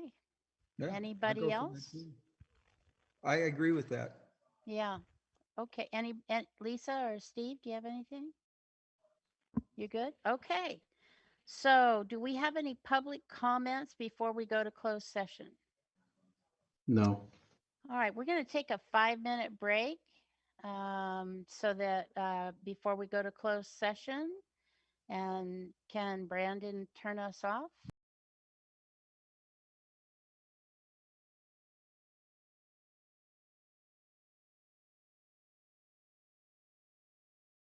Okay. Me.